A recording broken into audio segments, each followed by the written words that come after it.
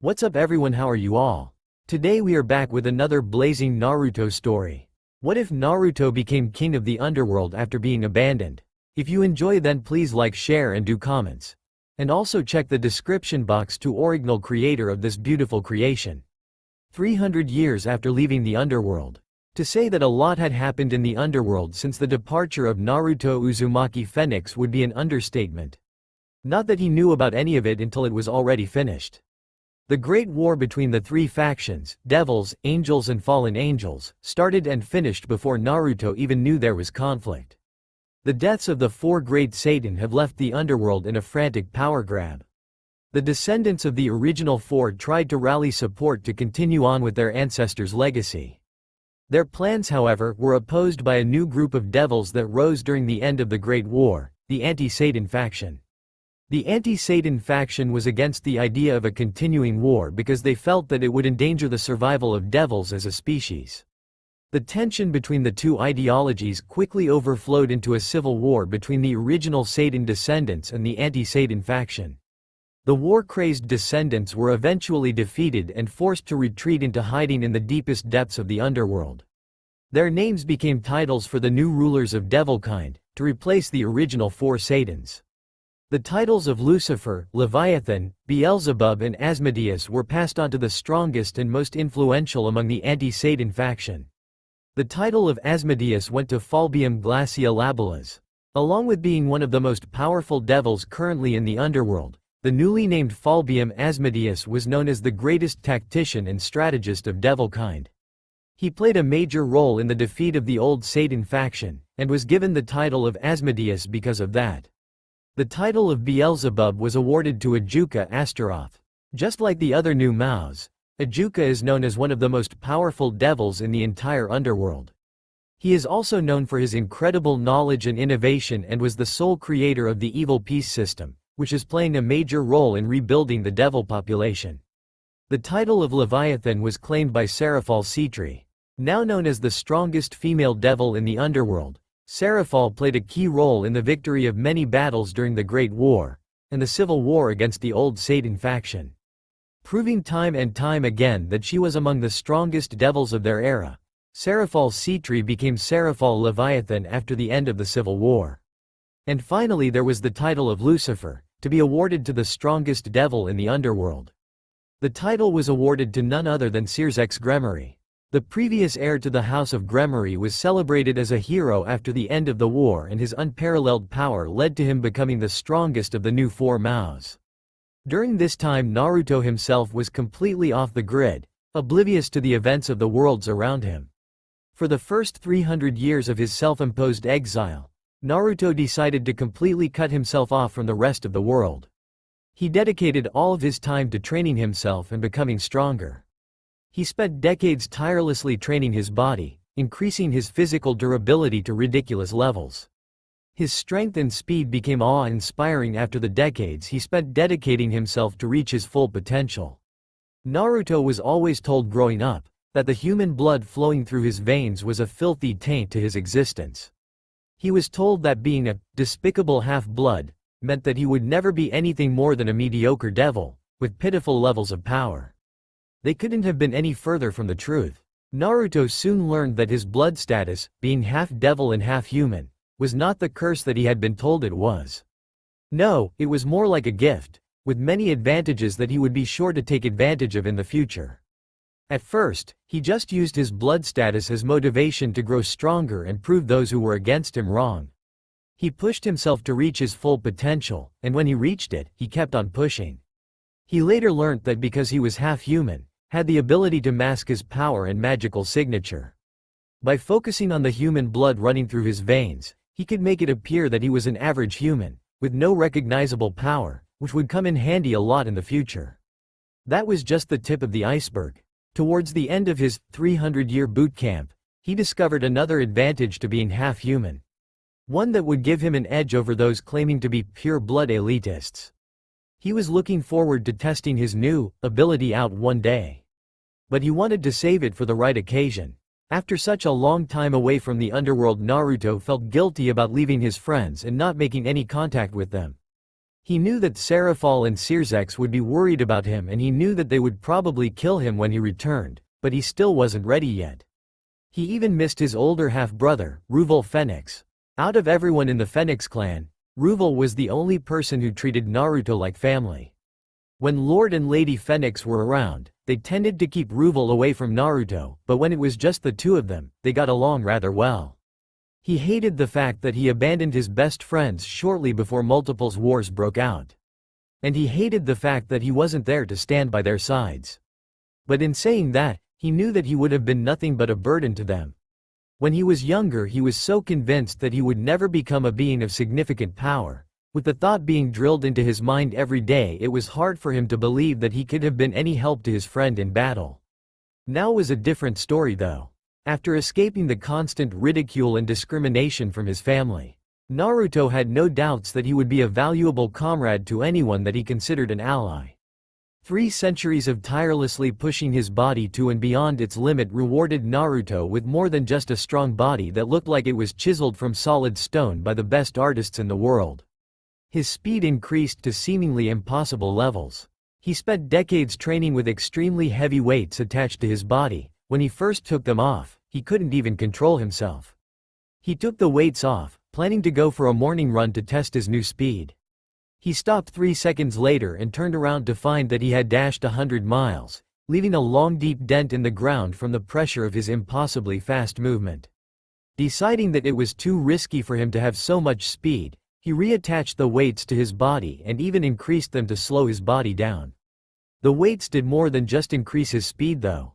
Adding weight to his limbs meant that he had to use more effort to simply move his muscles.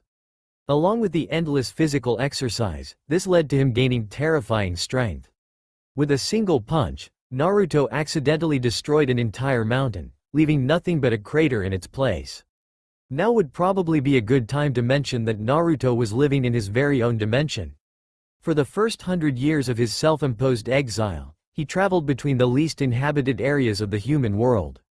To both avoid causing unnecessary destruction and to avoid anyone who might be searching from finding him. He eventually got tired of moving from place to place, so he spent the next few decades dedicating all of his time to learning and improving his magic.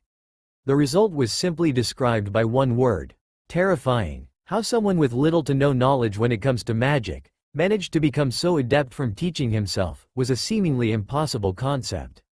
But Naruto prided himself in making the impossible come true. That being said, he eventually found a way to create his own personal dimension. This gave him a comfortable place to live, without having to move around so much, but more importantly it gave him somewhere he could really let loose with his training, without worrying about any consequences. The final thing Naruto was proud of after the first 300 years of his absence from the underworld was his appearance. He wasn't vain or anything like that, but he could now proudly admit that he was no longer the little boy that left the underworld. Now he took the appearance of a strong and handsome young man. He stood at a proud 6 feet tall and didn't have an ounce of fat on him. His body was rippling with compact muscles built for speed, maneuverability and pure strength. His skin was no longer the milky white color that it had been. Now it was more of a tan color after spending so much time training under the sun. His bright blonde hair was now a bit darker as well. His slightly darker golden blonde hair was a bit longer than it had been, but it was still as spiky as ever, and he now had jaw-length bangs framing either side of his face. Overall, Naruto Uzumaki Phoenix had turned into an extremely handsome young man. It is currently midday in Naruto's own personal dimension and he is drying himself after getting out of the shower. He spent most of the morning training and would have probably just continued for the entire day, but there was something important that he needed to do. After returning to his room, Naruto started getting dressed. He pulled a plain white t-shirt over his head and slipped himself into a pair of black jeans. He put on a simple pair of white sneakers and then finished drying his hair. He didn't have to give any attention to his hair once it was dry because it just naturally went back to his signature style and stayed there. He turned to the mirror to inspect his appearance and reached for a round object sitting on the desk. Picking it up and turning it around, revealed it to be a black choker with the kanji for outsider on it. Naruto's face adopted hate-filled glare before it was replaced with an amused expression. He simply chuckled to himself before dropping the choker that haunted his childhood on the desk and turned around.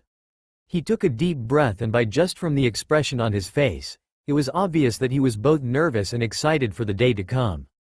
It's been over 300 years since I left that cursed place. I won't be staying for long, but I just hope I don't run into anyone who recognizes me. With that thought, he summoned a magic circle beneath his feet and disappeared. When Naruto opened his eyes, he couldn't help but smile to himself. If he wasn't sure that he had just teleported to the underworld, he could have easily assumed that he was in a human scientific research lab. He was now in a large room with multiple desks with complicated-looking machines on them. What caught his attention, however, was the lone person in the room. A man was standing by a desk fiddling with an intricate-looking machine. From where he was, Naruto could only tell that the man had slicked-back dull green hair and was wearing a white lab coat. It's unwise to teleport into the presence of a Mao unannounced and uninvited, don't you think? He said in a calm tone, not even bothering to turn around. He could feel that there was no ill intent coming from the intruder, so he found no need to stop what he was doing. I apologize, Ajuka Beelzebub-sama. I mean no ill will towards you. I just don't want to be seen by anyone today, so I thought it best to teleport directly to you. Naruto answered in a polite and respectful voice. This was Naruto's first time meeting Ajuka. He heard a lot about him when he was younger though. Searzex told him about his friendship and rivalry with the green-haired devil, and from everything that he'd heard about the Mao, he was a good and kind person. What can I help you with? The green-haired Mao asked with a little interest, still fiddling with the machine in front of him. I am here to inquire about your evil peace system. Firstly though, I think that it would be impolite if I was to not introduce myself. Naruto paused, waiting for the Mao to turn around from what he was doing. When he did, he bowed respectfully and continued. My name is Naruto Uzumaki. Ajuka thought about the name, for some reason it sounded familiar to him. When he remembered where he knew that name from, his eyes widened and his jaw dropped slightly. You're Naruto Uzumaki Phoenix? He asked, not even bothering to mask his shock. The cheerful look on Naruto's face vanished instantly and was replaced by an emotionless expression. Even though his face was void of any emotion, Ajuka thought he saw a brief flicker of hatred in the blonde's eyes. I do not go by that name anymore. Naruto replied immediately in a calm voice. Ajuka was a bit confused by his answer but put the thought to the back of his mind. All that he knew about Naruto was that he is the second son of the Phoenix family who vanished from the underworld on his 16th birthday. He knew that Searzex and Serafal were close with Naruto, but they never told him the reasons behind the blonde's disappearance.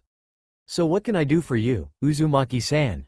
Ajuka asked in a careful tone, not wanting to offend Naruto. I'm hoping to acquire a set of evil pieces so that I can begin building my peerage.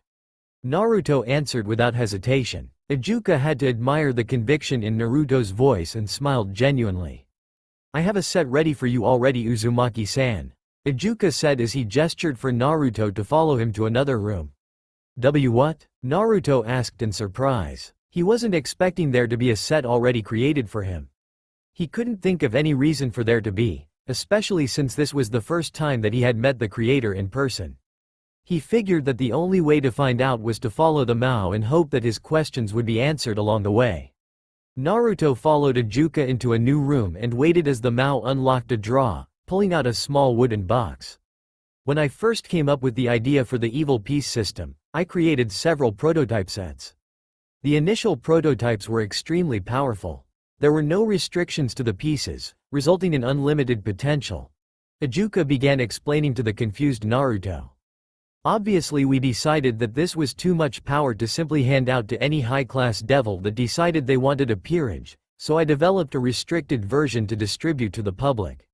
Naruto nodded along attentively as he took in the information being told to him.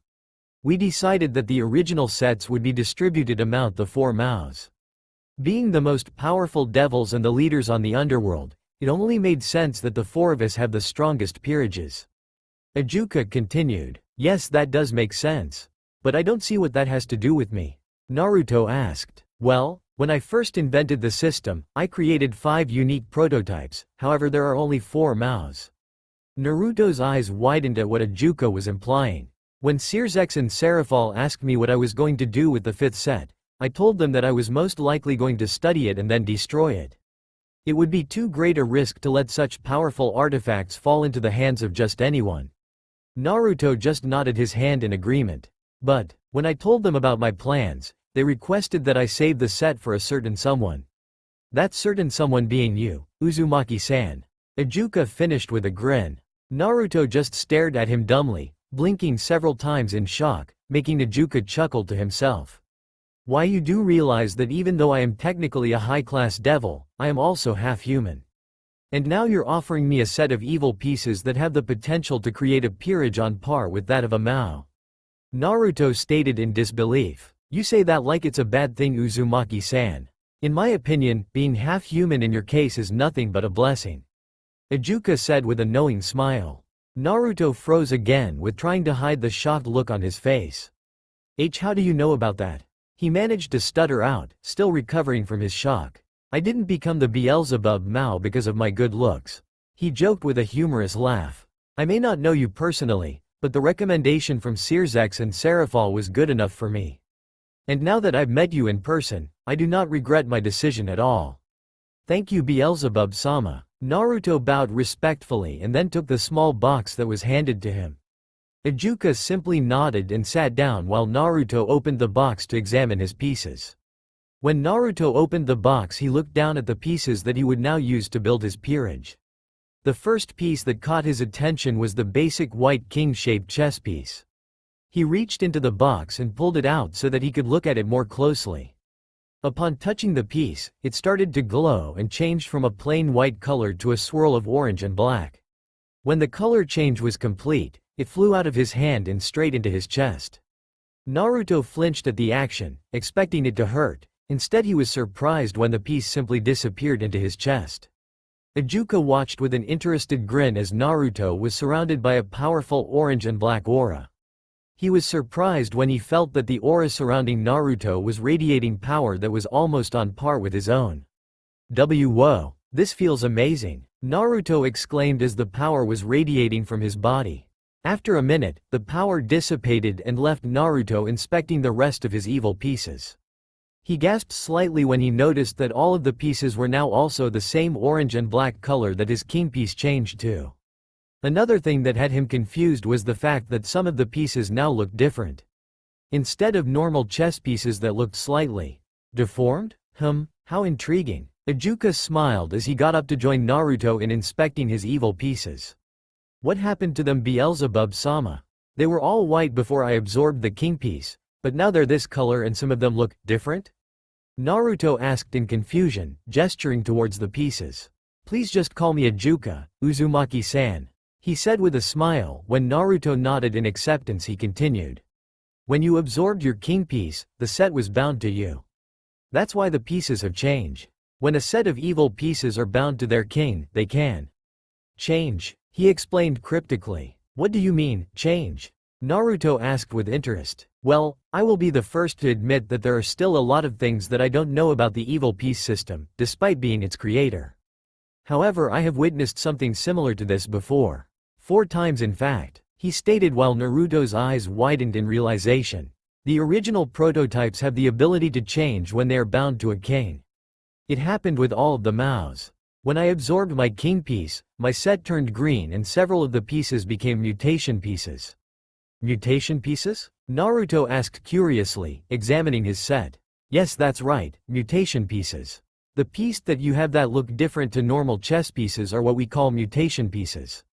They are very special pieces and are extremely rare among the restricted sets that most high-class devils receive. Ijuka explained. What's so special about them? Naruto asked with interest. Well, the cost of reincarnating someone into your peerage is dependent on the power of the person being reincarnated, and the power of the king. Sometimes it could take multiple of the same piece to be enough to bring someone into your peerage. With a mutation piece, however, you can bypass this restriction and reincarnate them with just one mutation piece. He told Naruto before elaborating further. Those reincarnated with mutation pieces are usually extremely powerful. However, beings reincarnated with mutation pieces from an original prototype evil piece set are on a whole new level. The amount of raw power they gain is incredible. Add the trait bonuses on top of that and you can pretty much turn a human child into a high-class devil with one mutation piece. Wow, was all Naruto could manage. He was completely amazed by the possibilities that were now open to him. With his evil pieces, he could surely create an extremely powerful peerage. He looked down from Ajuka to his pieces and took a tally of what he had. 8 normal pawns, 2 normal rooks, 2 mutation knights, 1 normal bishop, 1 mutation bishop, and last but not least, 1 mutation queen. What are the trait bonuses that you mentioned? Naruto asked, looking back up at Ajuka. A good question, Uzumaki-san. Rooks are worth 5 pawns. Someone reincarnated with a rook gains superhuman strength. The bishop piece is worth 3 pawns and grants enhanced magical abilities. A knight piece is also worth 3 pawns and gives a devil incredible speed. The queen piece is worth 9 pawns. Someone reincarnated as a queen gains the characteristic of a rook, knight and a bishop, making them the most powerful, apart from the king. Ajuka explained while Naruto listened attentively. Last but not least, the pawn. As you can probably guess, the pawn piece is used to compare the value of all the other pieces. Being reincarnated as a pawn doesn't give superhuman strength or speed, and it doesn't increase the devil's magical capacity either. But the pawn piece gives a unique ability called promote. Promote? Naruto questioned. If certain conditions are met, then a pawn can use the promote ability to gain the abilities of any of the other pieces besides the king. The physical strength and endurance of the pawn will affect how long they can maintain themselves while in the promoted state. Ajuka explained. There are 2 conditions required to be met for this to happen. The pawn must have permission to promote from their king, and they must also promote from within enemy territory, just like in chess. That is amazing, Naruto exclaimed excitedly, leaving a wide grin on Ajuka's face. You have created a truly impressive system, Ajuka-san. I'm glad that you approve, Uzumaki-san. Ajuka said with a chuckle. Now that I'm finished explaining everything to you, do you mind if I ask a question? Not at all, Naruto answered politely. What do you plan to do with your peerage? Ajuka asked curiously. Naruto took a moment to think over his answer before his lips turned up into a smile. I don't want my peerage to be my servants. I want them to be my friends and eventually my family. I will treat them as my equals and give them as much respect as they give me. I will not discriminate due to a person's past or race. All I care about are the qualities that I deem to be important. And when my peerage is complete, I plan on returning to the underworld and working towards my personal goals. He explained enthusiastically. A very admirable plan. Ajuka commented approvingly. I assume that because you came to me in secret that you will not be staying in the underworld for long? Your assumption is correct. I came to you because I don't want anyone to know that I was here today. Naruto answered with a slight frown as he thought about his friends and half-brother. Very well, Uzumaki-san, I will keep your secret. Ajuka said with hesitation. I just pray that Seraphal never finds out that I saw you and kept it from her. Ajuka trailed off with a bit of fear evident in his voice. Huh? Naruto asked in confusion. She was devastated when you left, you know? Every year on your birthday she would buy you a present in hopes that you'd return that year. After the war though, she began cursing your name, but it's obvious that she just misses you terribly, and masks the pain by pretending to despise you. Ajuka explained. Naruto frowned at his words. He felt guilty about leaving before, now he felt 100 times worse. I had to leave. She knows the reasons why and I'm sure that she understands. I just hope that when I do return she doesn't kill me. Naruto said sadly. I suppose we'll find out once you've completed your peerage. Ajuka said with a smile returning to his face. I suppose we will. Naruto agreed, returning the smile. If you have no more questions I will be off. I have no more questions, Uzumaki-san. I wish you the best of luck in building your family, and look forward to your return. Ajuka said sincerely. Thank you for everything, Ajuka-san. Naruto smiled and bowed respectfully. He then turned away from the Mao and created a magic circle. Ajuka examined the circle with interest before it disappeared. He expected to see the Phoenix clan symbol but was pleasantly surprised. What an intriguing fellow. Ajuka said to himself with a smile once Naruto was gone. 500 years after leaving the underworld. It has now been 500 years since Naruto Uzumaki Phoenix disappeared from the underworld, and 200 years since he first obtained his evil pieces. Just as he told Ajuka Beelzebub he would, He has been busy building his family, as well as doing other things. After all of this time, his task was almost complete and he was almost ready to return to the underworld. All that is left for him to do now is find 2 people worthy of his mutation night pieces. The search has been going for a while now, but his queen was confident that she had found 2 individuals who are perfect for the role. Now they just had to wait for the perfect opportunity to confront them. Naruto and the current members of his peerage were mostly living inside the dimension that Naruto created over 4 centuries ago. Said blonde-haired devil is currently sleeping in his very own king-sized bed. How ironic. Naruto was just wearing a pair of loose-fitting black track pants, showing off the toned upper half of his body. His body looked like it was chiseled from stone and his tan skin was flawless, besides from the large scar, burn mark over his heart. Although his eyes were closed, hidden behind his eyelids, his left eye would occasionally flicker between the usual azure blue and a blood-red color. Naruto stirred slightly when the sun shining through the blinds hit his eyes. He opened them slowly and brought a hand up to rub the sleep from his eyes. He stretched his body out and yawned before looking to his side when he heard the sound of soft breathing. He couldn't help but smile when he saw who was in the bed next to him. Lying on her side with her face on the pillow next to his own was his beautiful queen. Her long bright green hair was let out and made its way down to her waist. He continued to smile while admiring the beauty of his queen. She was easily one of the most beautiful people that he had even encountered, and that was saying something. The duvet was down at their waists, revealing his queen's naked upper half. It definitely wasn't the first time that he has seen her well-endowed chest either. She has been his queen for almost 200 years after all, and she spent most nights sharing a bed with him anyway. His hand absent-mindedly reached up to trace the scar just above her left. The small scar was the only imperfection on her entire body, the rest comprised of perfect, milky white skin. As he traced his finger along the scar, the girl next to him stirred slightly and released a small moan before opening her eyes slowly. "Good morning," he said softly, still tracing his finger around the scar without even realizing it. "Sorry, I didn't mean to wake you." He apologized with a light chuckle. "Good morning, Naru-kun," she replied happily, leaning forward to brush her lips against his softly. He didn't mind her action and was happy to return the brief show of affection. They pulled away from each other with smiles on their faces and the girl next to him yawned cutely before sitting up. "Would you like some breakfast, my queen?" he teased while getting out of the bed. "Shouldn't I be the one offering you breakfast, my king?" she replied in a mock respectful voice while watching him pull a white t-shirt over his head.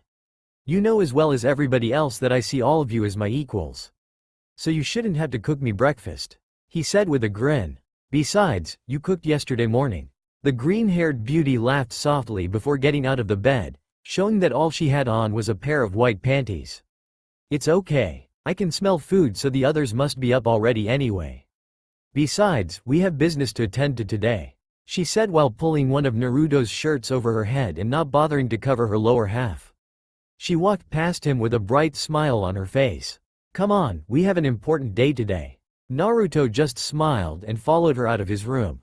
The smile on his face was so sincere that if he saw it as a child, he wouldn't have believed that it was really him. Having a family was so nice. They soon arrived in a large room that appeared to be a connected kitchen and dining room. There was a modern-looking kitchen with a long counter separating it from a large open area. In the open area was a round table with multiple dishes of food on it. This smells amazing, guys," Naruto exclaimed happily, gaining the attention of those in the room. "Good morning, Naruto-sama," a girl with long pink-purple hair called out cheerfully. Said girl was sitting in one of the chairs surrounding the table and reading a book while eating breakfast. She was wearing a pink top that left her midriff exposed and a yellow skirt, showing off her slim and well-endowed body. When she heard Naruto enter the room, her eyes shot up and a happy smile was plastered across her face. Naruto smiled warmly. "How many times do I have to tell you not to address me so formally? We're equals, Ji-chan," he said in a mock pleading voice, knowing full well that she wouldn't listen to him. "I'm sorry, Naruto-sama, but as my king the first must address you with utmost respect," she replied happily. He just sighed but kept the smile on his face. "One of these days, Ji-chan, one of these days you will just call me Naruto." "Good luck with that, Naru-sama." His queen teased as she walked past him to sit down and put some food on her plate. He just stood there pouting at her, childishly making one of his bishops, the girl he called Ji-chan, giggle in amusement. "Naru-kun? Why are you pouting like a child?" a new voice asked before giggling. This snapped Naruto out of his childish behavior, and he turned to see the last member in the room. A girl with knee-length silver hair was leaning against the counter smiling at him. Her eyes are both blood red and she is wearing a white button-up shirt and a short black skirt to show off her long legs. "Good morning, Ura-chan," he teased, knowing full well that she hated the nickname. "I was just pouting because Ji-chan always addresses me so formally." The beautiful girl, who looked to be around 18 years old, gave him a sweet smile after hearing him tease her. The smile was too sweet for Naruto's liking and he took a step back with fear in his eyes. "You know, Naru-kun, I haven't had any breakfast yet this morning," she cooed in a sweet voice, giving him a wide smile. Naruto's fears were proven to be true and he took another step back, hitting the wall behind him. "What's wrong, Naru-kun? You look awfully nervous?" she asked him, maintaining the ever-so-sweet tone of voice. Naruto considered trying to run away, but knew that the chances of getting past the girl that took both of his rook pieces would be an impossible task in such a confined space. "And nothing is wrong," he cried out childishly when the silver-haired girl stopped in front of him, making the other girls snicker in his direction. "You smell amazing, Naru-kun," the girl cooed softly before jumping on him and sinking her teeth into his neck. "Kya," Naruto cried out comically, even though he was used to the feeling by now and it didn't even hurt that much. Yep, Naruto has a vampire in his peerage. And being half-human left her with an addiction to his blood and his alone. After a few moments, the silver-haired beauty stepped back from Naruto with a satisfied gleam in her eyes and a slight blush on her cheeks. "Thank you, Naru-kun," she said shyly and went back to leaning against the bench. Even though she does that pretty much every morning now, she still gets so embarrassed afterwards. "It's so adorable," Naruto thought to himself humorously. "It's okay," he said with a smile in her direction. "I told you that you can my blood anytime you want as long as you leave me with enough to function properly." He joked. The girl simply smiled and nodded to her king, with the blush still barely visible on her cheeks. "Where's our cute little pawn?" Naruto's queen asked him curiously. "He asked me last night if he could have a few days to train on his own." Naruto answered with a soft smile. "That kid won't stop until he's reached his full potential. Even then he'll probably keep pushing himself." Naruto finished with admiration in his eyes.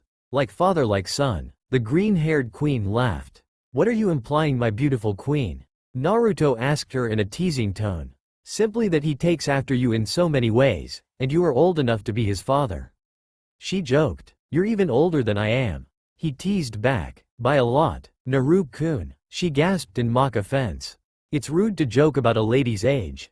The others in the room just laughed along with the banter between their king and queen.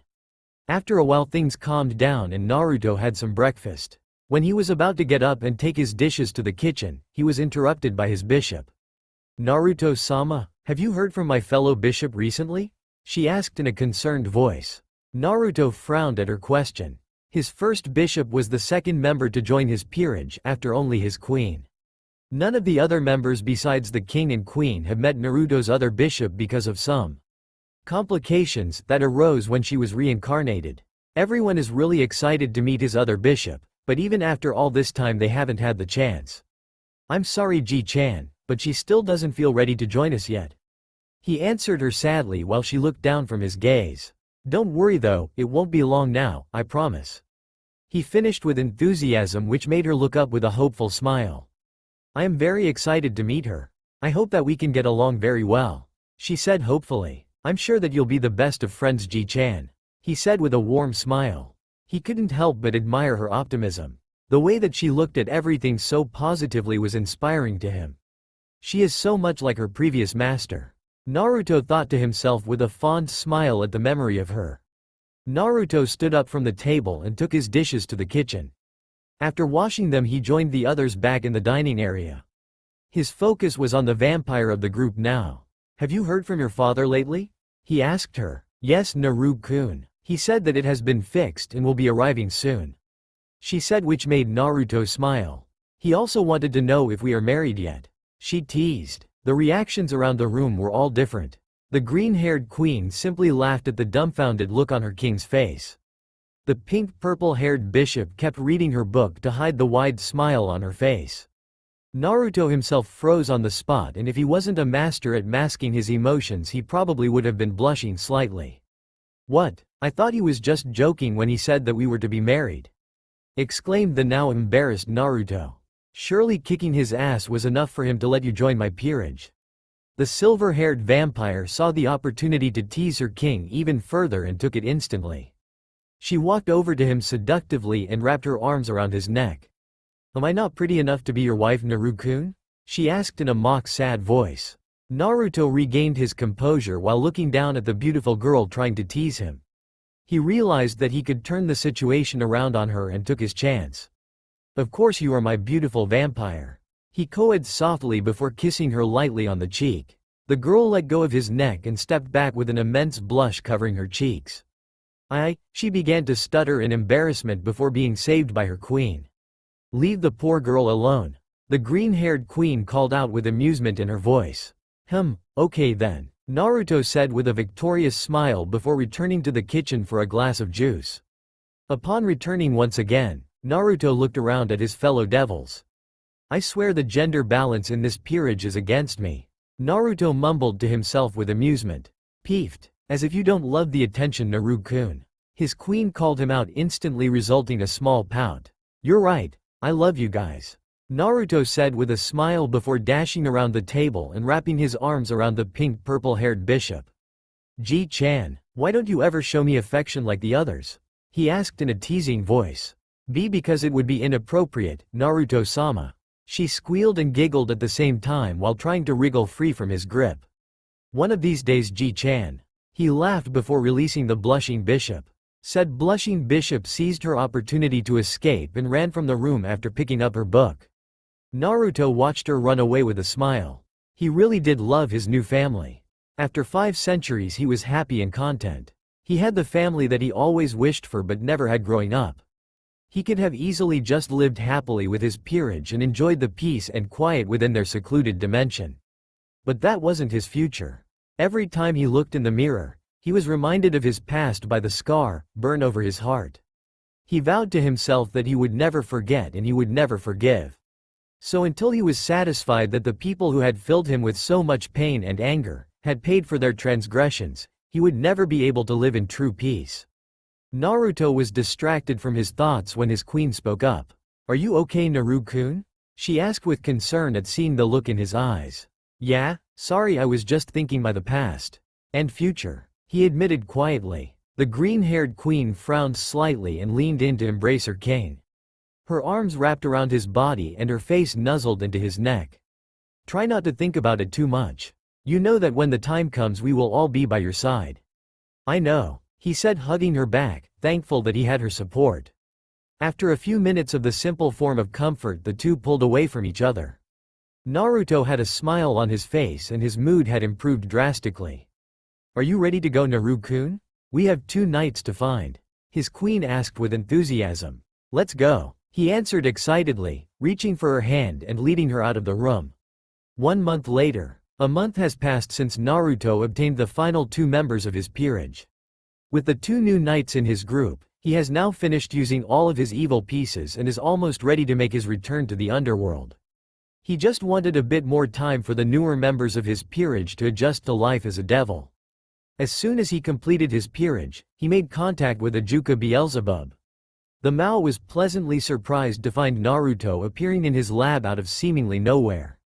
It was a similar experience to the one that took place 200 years ago when Naruto first returned to the underworld to obtain his evil pieces. Ajuka was happy to find out that Naruto was doing well for himself and had completed his peerage. They spent a few hours talking that day. Naruto only gave minor details regarding the members of his peerage. He decided to keep that information to himself for the time being. The real reason Naruto went to Ajuka that day though, was for information regarding the underworld. He wanted to know what had happened in the past few centuries. He wanted to be able to return with up-to-date knowledge so that he wouldn't be caught off guard by anything. More than anything though, Naruto wanted to know about his 2 childhood friends, Seraphol and Searsex. He knew that after the Civil War they both became Maos along with Ajuka, but besides that, he knew nothing about them anymore. He was sad to admit that fact to himself, but to be fair, it has been 5 centuries since he's seen either of them. Flashback start. What can you tell me about Searsex, Ajuka-san? Naruto asked the green-haired Mao sitting across the table from him. Well, where do I begin? He responded in a joking voice before turning a bit more serious. Searsex is pretty much the same as he was before the wars. On the outside, that is. He acts childish and playful, he always has a smile on his face and he's always trying to have fun. But on the inside, he's damaged. The wars changed him. After everything that he went through, we all went through, it changed him. He may appear carefree and playful, but in all honesty, I just think that's how he copes with everything. By acting as though life is a big game, it makes it easier for him to mask what he's truly thinking on the inside. Ajuka finished with a sad frown. What is he thinking on the inside then? Naruto asked cautiously. Honestly, I think he is afraid that another war will break out. The last great war between the 3 factions ended on strained terms at best. The peace we have at the moment is barely hanging by threads, and he is afraid that the illusion of peace will come crashing down around us. He's not afraid for himself though, because he knows what it's like to live during a time of war. He knows what it's like to fight for your life while seeing people around you lose theirs. No, what he's truly afraid of is that another war will come and his family will get caught in the middle of it. Ajuka explained. Didn't Lord and Lady Gremory take part in the previous wars? I assumed that even if they didn't directly take action on the battlefield, that they would have at least been involved in the political side of things. Naruto stated in confusion, which made Ajuka chuckle. You really have lost touch with the underworld, haven't you, Uzumaki-san? Ajuka asked jokingly, already knowing the answer to that question. It's not his parents that Searsex is worried for. It's his little sister. And his son. Naruto's eyes widened in shock and realization. He has a little sister? And a son? Naruto asked, surprised by the information. 17 years ago, Lord and Lady Gremory had another child. A baby girl that they decided to name Rias. Ajuka started to explain. Rias Gremory is now the new heir to the House of Gremory. Because Searsex became the Lucifer Mao, he had to give up all claims to his family clan, leaving the Gremorys without an heir. That was until they had Rias. Searsex absolutely adores his little sister. He would literally go to war if another faction so much as laid a hand on her. They are as close as a brother and sister can be, if you overlook the fact that she is completely embarrassed by his antics. Rias Gremory is growing up to become quite a strong young devil, and her peerage has potential to do great things. But she has grown up during a time of peace, meaning she doesn't really know how serious the world can be sometimes. Despite how much she has been taught about the seriousness of our past, there is only so much you can learn from history books. The rest has to be knowledge gained from experience, and Searsex never wants his sister to have to go through the things that we all went through. Ajuka finished with a bitter look on his face. I see, Naruto said while nodding his head. Then there is his son, Milika's. Being the child of not only a Mao, but also a previous member of the old Satan faction, Searsex fears that someone may try to get to him by going after his son. Ajuka stated with a grim expression on his face. Naruto gritted his teeth in frustration. Even after all of this time, there were still evident threats to his friends. It made him so angry. You know, Searsex named you the godfather of his child. Ajuka told Naruto, distracting him from his thoughts. They kept it quiet, and not many people know about it, or who you are, but he knew that if you ever came back, he'd want you to be his son's godfather. Naruto's look softened as he heard this. Even though he didn't show it on his face, he was feeling a mixture of so much honor and guilt. He was so honored that Searsex wanted to name him the godfather of his son, yet he felt so guilty that he hadn't been there at all for the young boy. What about Serafall? Naruto asked, trying to change the topic away from his guilt. Any siblings or children to speak of? Ajuka started to chuckle again. No, this time he actually burst into laughter. His head shot back and the sound of humorous laughter filled the entire room. What? Naruto asked in confusion. Do you remember what I told you about Serafall the last time we spoke?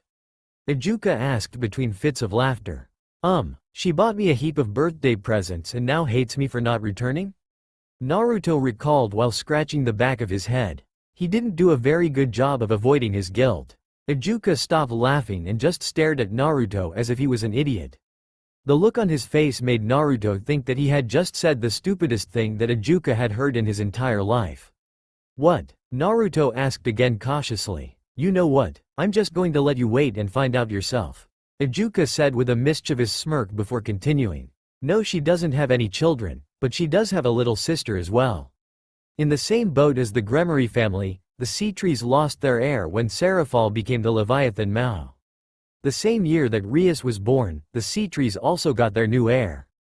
Sona's sea tree. Just like Rias, Sona is becoming quite a powerful young devil.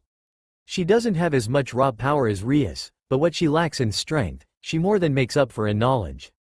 Even though she's only 17 years old, she is fast becoming one of the most intelligent devils in the underworld. Given time, I believe that she will even surpass my level of knowledge. Ijuka finished with an approving smile. That's good to hear, Naruto said with a genuine smile. Is Serafal okay now though? After the wars, is she coping with everything, or is she in the same boat as Sirzex, nervous about more conflict leading to a new war? He finished with a concerned frown. It's hard to answer that question. After everything calmed down, Serafal reverted to a childish version of herself. Don't get me wrong, she still takes her role seriously, but nobody has seen her in her adult form in centuries. She portrays herself as a carefree child. But if you ask me, she has serious abandonment issues. Ijuka admitted with concern evident in his voice. At hearing this, Naruto's frown grew. He knew that she would probably hate him for leaving for so long. Hell, he hated himself for abandoning his friends, but he didn't know it would affect her this much. Serafal is extremely overprotective of Sona. I think that she is afraid that if she isn't like that, then something might happen to her baby sister.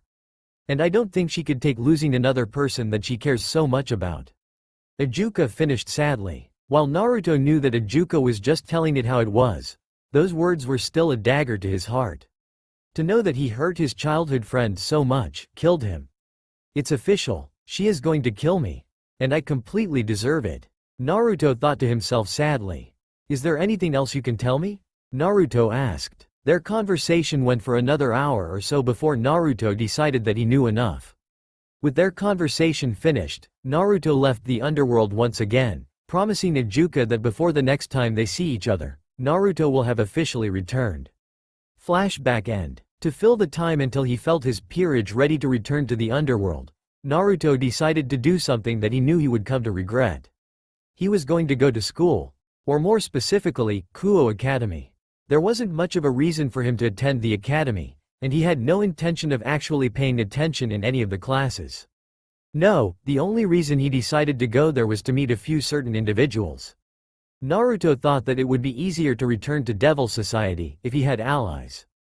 Obviously he knew that Sirzex and Serafal would stand by his side upon his return, but he felt the need to meet new people.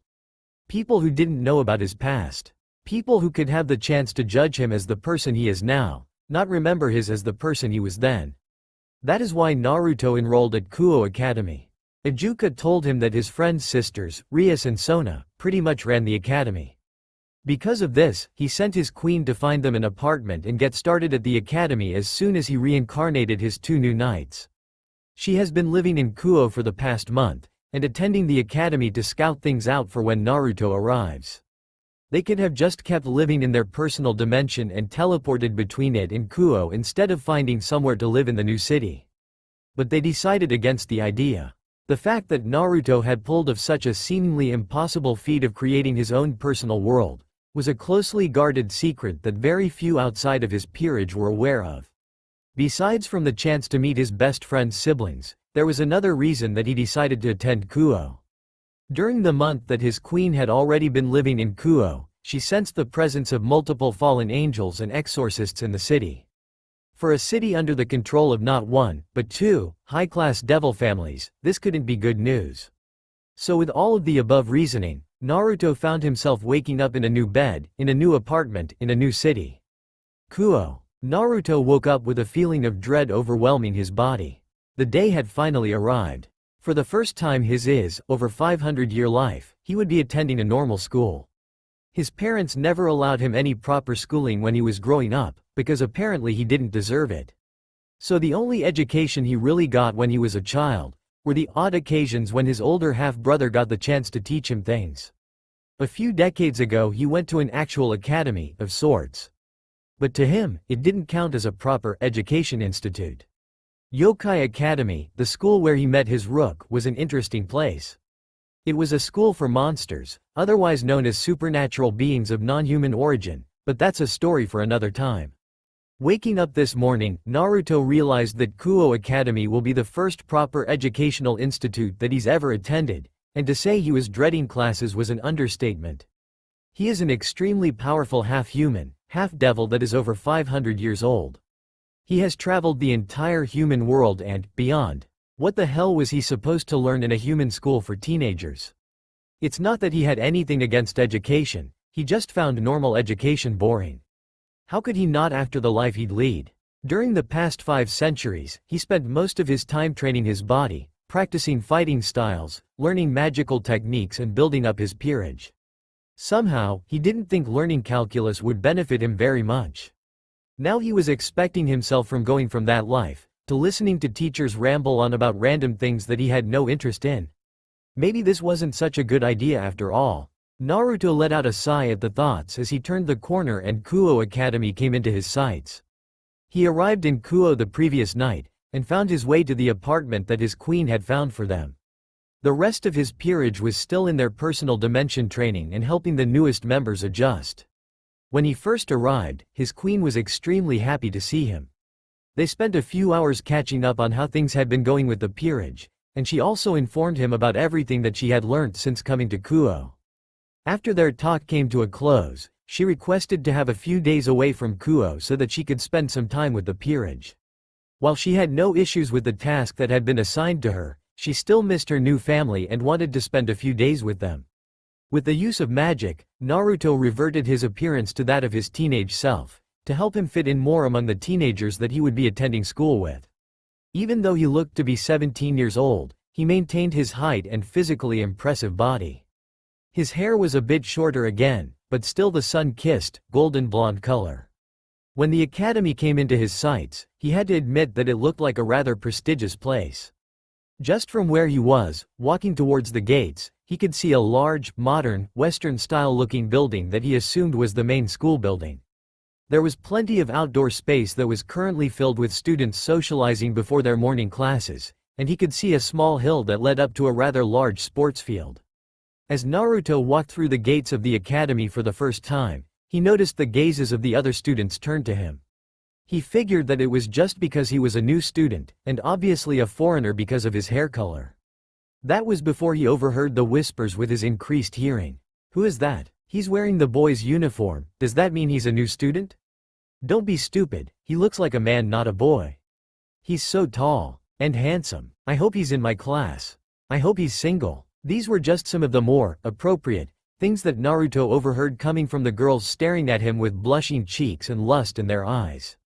Then came the boys, and from what he overhears, their opinions on him were on the completely opposite end of the spectrum. Who the hell is that and why is he here? Not another pretty boy. It's already bad enough as it is. Not another blonde bastard. No, I won't let him get in my way. The last one came as more of a painful scream than a hushed whisper. Naruto turned his head in the direction of the noise and saw a brown-haired boy with tears streaming down his face, being restrained by 2 other boys as he was trying to approach Naruto. Naruto felt like bursting into laughter at the boy trying and failing to break free from his friend's grasps. Naruto could sense that the brown-haired teenager was a devil. He even got the feeling of a dragon from him, but dismissed the thought due to the power being so underwhelming. Naruto just gave the boy his brightest smile, and with a wave in his direction, kept walking towards the main school building. Let me go. I won't stand by and let another Casanova threaten my dreams of becoming the harem king. Naruto made it into the building when he heard this, and seeing that there weren't many people around, he leant against the wall of the corridor and burst into the laughter that he'd been keeping in since first seeing the boy. His laughter was cut short when he heard a bell ringing and people started filing into the building. With that, Naruto started in the direction of his first class. Later that day, the school day was now finished, and most of the students were making their way out of the academy grounds. Some, however, stayed at the academy most afternoons for extracurricular reasons. Two of these individuals are currently sitting in a large room with a chessboard between them.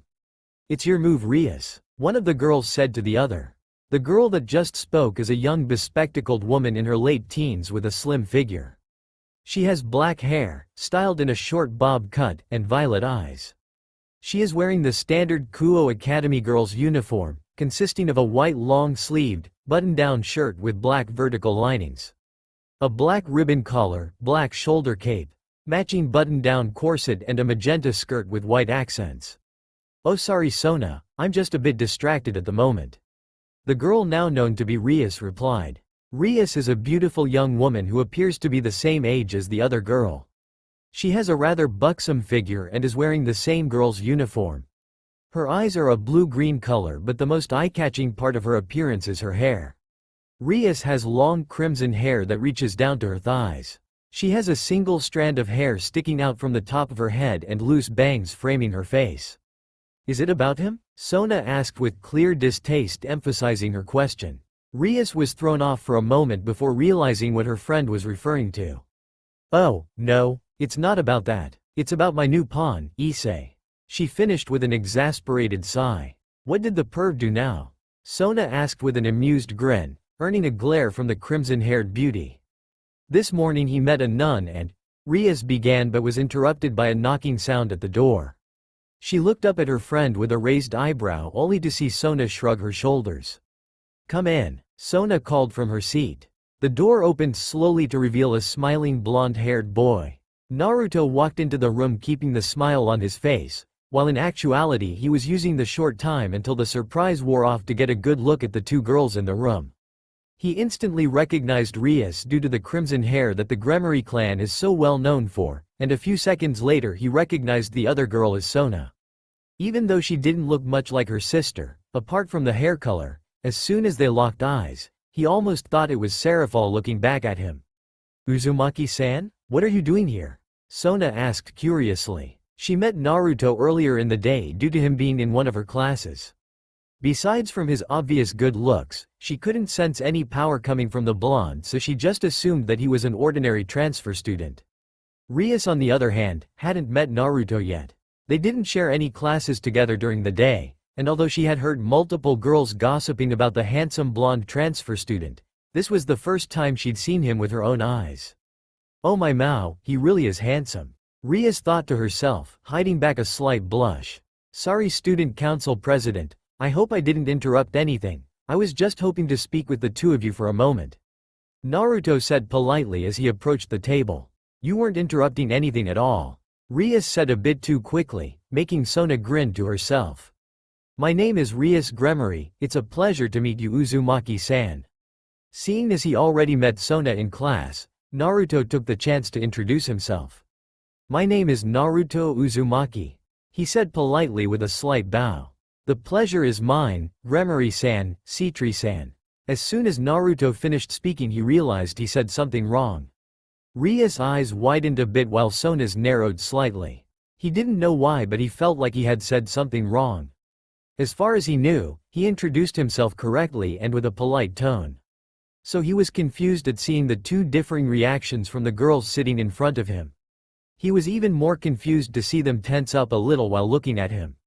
"Is there a problem?" Naruto asked cautiously. "Who are you, really?" Sona asked in a serious tone, while Rias just stayed quiet. "Surely she doesn't know who I really am. She wasn't even born when I left the Underworld, so there's no way that she recognizes me. And if she recognized my name then she would have said something earlier in the day, wouldn't she?"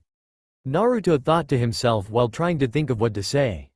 "I don't know what you mean," responded the blonde, trying to sound as clueless as possible. "Cut the act," Sona said in a serious voice. It reminded Naruto so much of Lady Citri. "In the human world I go by the name Suna Shitori. The only way that you can know my true name is if you know about the supernatural world. I can't sense any power coming from you, so you can't be a devil? So tell me Naruto Uzumaki, who exactly are you?"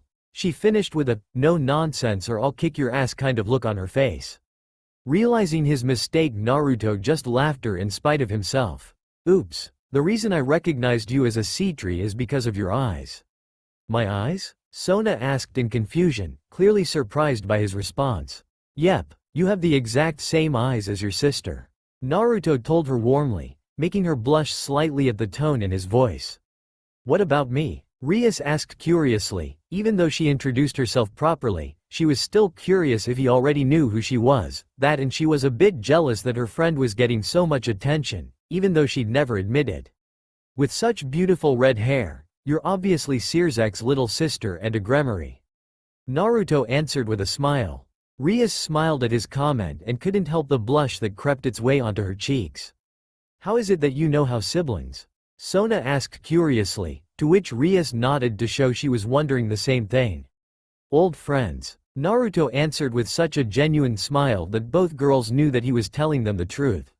What did you want to speak to us about? Rias asked with interest. Seeing as this is your territory, I thought it would be appropriate for me to notify you that my queen and I are currently living in Kuo. The rest of my peerage are not currently in the city, but they will probably be coming along soon enough. Naruto answered in a polite tone. Wait, you never answered my question about being a devil. And considering you have a peerage, you must be one. But why can't I sense your magical signature? Sona asked in confusion and Rias just raised her eyebrow inquisitively. Over the past years I have developed a method of masking my magical signature. When you tried to get a read on me, you thought I was just an ordinary human, right? Naruto asked in Sona's direction. When she nodded, he continued. That is because I can completely suppress my power, giving the illusion of humanity. Sona and Rias just listened, slightly in awe at such a unique ability. As far as both of them knew, something like this had never been done before. To say they were impressed would be an understatement. So you have a peerage? Rias asked happily. That must make you a high-class devil just like us, right? That would be correct. Naruto answered simply. I am not familiar with the name Uzumaki. Sona, have you heard of it before? Rias asked her friend. I can't say that I have. She admitted. It is rather strange to have never heard of the family name behind a high-class devil. Sona stated, even though it was more of a question. I guess they don't actually know about me. Naruto thought. Not all that surprising really, I did leave almost 5 centuries before they were born. I'm not surprised that you've never heard the name Uzumaki. Naruto told them. Uzumaki was my mother's family name, a name not known to Devil Society. What about your father's name? Rias asked curiously. The entire time that he'd been talking to them, Naruto maintained a cool and collected demeanor. That of the relaxed and joyful teenager that he was pretending to be. But for the split second after Rias mentioned his father, his mask slipped. His smile stayed put, but his eyes flickered from joyful and carefree to eyes full of hatred and resentment. Sona didn't seem to notice his split-second lapse in character, but if the curious look Rias was sending his way was anything to go by, she certainly saw it, and was sending him a, "What aren't you telling us?" kind of look. I would rather not mention that name. Naruto answered in a calm voice. I am no longer a part of that family, so I see no point in bringing their name into things. Besides, I'm sure you'll both find out soon enough. Before Sona could say anything, Rias jumped in. Okay, Naruto-kun, she said with a sweet smile. Naruto was thankful that Rias had dismissed the subject, but slightly annoyed that she still had the "what aren't you telling us" look on her face. Instead of dodging the bullet, it seems that he just postponed its impact. What made you come to Kuo? Sona asked him to keep the conversation going. I recently finished using all of my evil pieces. I wanted to give my newer members a bit more time to adjust to life as a devil before taking them with me to the Underworld, so to pass the time I thought I'd go to school. He answered with half of the truth. While I detest school for the most part, I thought it would be a good opportunity to meet some fellow devils. He told them cheerfully. I suppose that makes sense. Sona said with an accepting nod of her head, although she wasn't a fan of him detesting school. I appreciate you allowing me to stay in your territory, Citri-san, Gremory-san. Naruto said genuinely before getting up and turning to the door. Before he could exit the room, he was interrupted by Rias' voice coming from behind him. If you're interested in meeting some more devils, Naruto-kun, how would you like to meet my peerage? Rias asked hopefully. I'd like that, he answered happily. Great. Come by my clubroom tomorrow after class. It's the old school building just past the sports field. Rias told him with a happy smile on her face. I guess I'll see you tomorrow then. Naruto told her with a wave before leaving the room. Rias turned back to Sona and resumed her seat across the table from her. Rias? Sona said to get the Gremory's attention. When Rias looked up, she was greeted by a knowing smirk on Sona's face. For some reason it made her feel uncomfortable, but she hid it and just tilted her head questioningly. I can't believe you have a crush on a guy you just met 5 minutes ago. Sona said in a teasing voice. I don't have a crush on him. Rias retorted with a red face. I just think he'd attractive. She finished defensively. Tisk tisk, what would your fiancé think? Sona said with a grin. Ria's face instantly changed from smiling with blushing cheeks to an annoyed glare. I hate you. The next afternoon, as Naruto was strolling towards the occult research club room, he couldn't help but wonder to himself what it would be like to meet Rias' peerage. He treated his peerage more like family than servants. He was interested to see how other devils went about things. Although from what he heard from Ajuka, the Gremorys took much the same approach as him when it came to their servants. Still, it would be interesting to see how this meeting would go. As he approached the building, Naruto was distracted from his thoughts when he sensed that there were 3 magic signatures coming from inside. Must be the members of Rias' peerage, he thought to himself. Upon entering, he realized that it was an older version of the other school building and followed the direction of the magical signatures. He reached a door and knowing that there were 3 people on the other side, he knocked. Come in, he heard a voice call out curiously. Apparently they didn't get many visitors. Opening the door slowly, Naruto entered the room and took in his surroundings. There was a small table in the middle of the room with couches on either side. A large desk with a chair behind it on the far side of the room. And what looked like a shower curtain in one of the corners. It looked kind of creepy, but that's only to be expected. This is the occult research club room after all. He also noticed the 3 people he could sense before entering the room.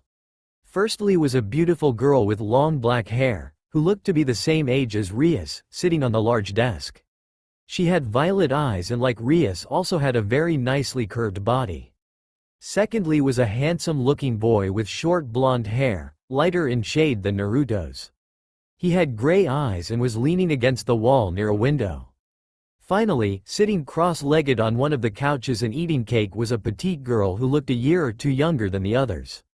She looked cute with gold eyes and white hair that had 2 bangs going down her front to her shoulder, several shorter bangs over her forehead and a bob cut around the back. He looked towards the white-haired girl for a few seconds longer than the others. For some reason her face seemed really familiar, even though he knew for a fact that he'd never met her before. Hello, Naruto said with a slight bow towards the 3 after deciding to figure out why the girl looked so familiar later. Era, what have we here? The black-haired girl asked while giggled into her hand. My name is Naruto, I'm the new transfer student, it's my 2nd day here. Naruto explained in a friendly tone. It's nice to meet you, Naruto-kun. The girl with black hair continued flirtatiously. My name is Akano. Tall, blonde and handsome over there is Kiba. She gestured to the blonde leaning against the wall who gave him a friendly wave, and this lovely little lady is Kaneko. She finished gesturing towards the girl sitting on the couch, who seemed either too distracted by her food or just disinterested by his presence. We don't often get visitors here in our clubroom, Kiba explained. What can we do for you? Rias Gremory asked me to meet her here. Naruto explained as he let the door close behind him as he walked further into the room. Oh, Bucko asked you to meet her here, did she? Akano inquired in what continued to sound like a flirtatious voice. Yes, yesterday I met with her and the student council president. During our discussion, Rias asked me to visit after school today. He explained with a smile. Anyway, she suggested that I join the club, apparently she thinks I'd fit in really well. He tried to fake as much enthusiasm as he could, and it was totally worth it when he saw the looks on their faces. Yep, they must be really confused now. Why would their president think that a human would fit in well with a club full of devils? He held back a laugh. This was too good an opportunity to pass up. That, and he always did enjoy playing pranks on people. Spotting something on the desk that Akano is sitting on, Naruto smiles as he thinks up the next part of his entertainment. How about a game? He asks her, gesturing towards the chess set. What? Why? Akano asked, now thoroughly confused. Why? Naruto repeats, faking a confused look. This is the chess club, isn't it? That's what Rias-chan told me. He elaborated, fighting the urge to burst out laughing. For the first time since entering the room, Naruto, though he caught the smallest of smiles appear on Kaniko's face, but if it did, it was quickly replaced by the usual stoic look. "Oh, yeah, chess club, sure," Akeno says, turning to the chessboard and setting up the pieces. As she does, Naruto sees her give Kiba a look to which he just shrugs. Naruto walks past the desk and sits down in the large chair behind it, which he assumed was Ria's chair. Just before their game could begin, the door opened and Rias walked in. "Hi guys, sorry I got a bit caught up on my way over here," she says, pausing when she looks over at the desk. "What are you guys doing?" she asked, tilting her head questioningly. "Testing out the skills of the newest member of our chess club apparently." Akeno explains with a confused look towards Rias. Rias thinks for a moment before the realization hits her. They can't sense that he's a devil. They think that he's just an ordinary human. Rias realized. She looks at Naruto and sees that he is obviously holding back laughter. "Yes," she says excitedly, "welcome to our chess CL." Before she could even finish the sentence, Naruto reached his limit and burst into laughter. Shortly after, Rias was also roaring along with his laughter, earning confused looks from Akeno and Kiba. Kaniko still looked disinterested. "Do one of you want to fill us in here?" Akeno asks desperately. "Naruto-kun, why are you being so cruel to my peerage, and how dare you sit in my chair?" Rias says in a mock serious voice. "Sorry, I couldn't resist, it was just too easy to fool them." He chuckled. "You're evil." Rias giggled in reply. "We're still really confused here, bucko, what's going on? It's not like you to tell a human about devils, let alone your peerage," Kiba said, completely confused by the situation. Before either of them could begin to explain, they were interrupted by the petite white-haired girl on the couch. "He's not a human," she says as if it's the most obvious thing in the world.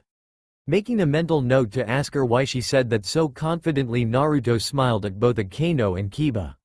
"Is he a new member of your peerage?"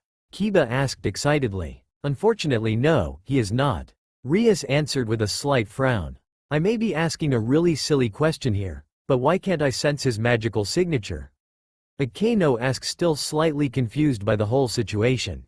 Before Naruto could answer, Rias beat him to it. Somehow he can completely hide his magical signature, masking the fact that he's a devil and appearing to be completely human.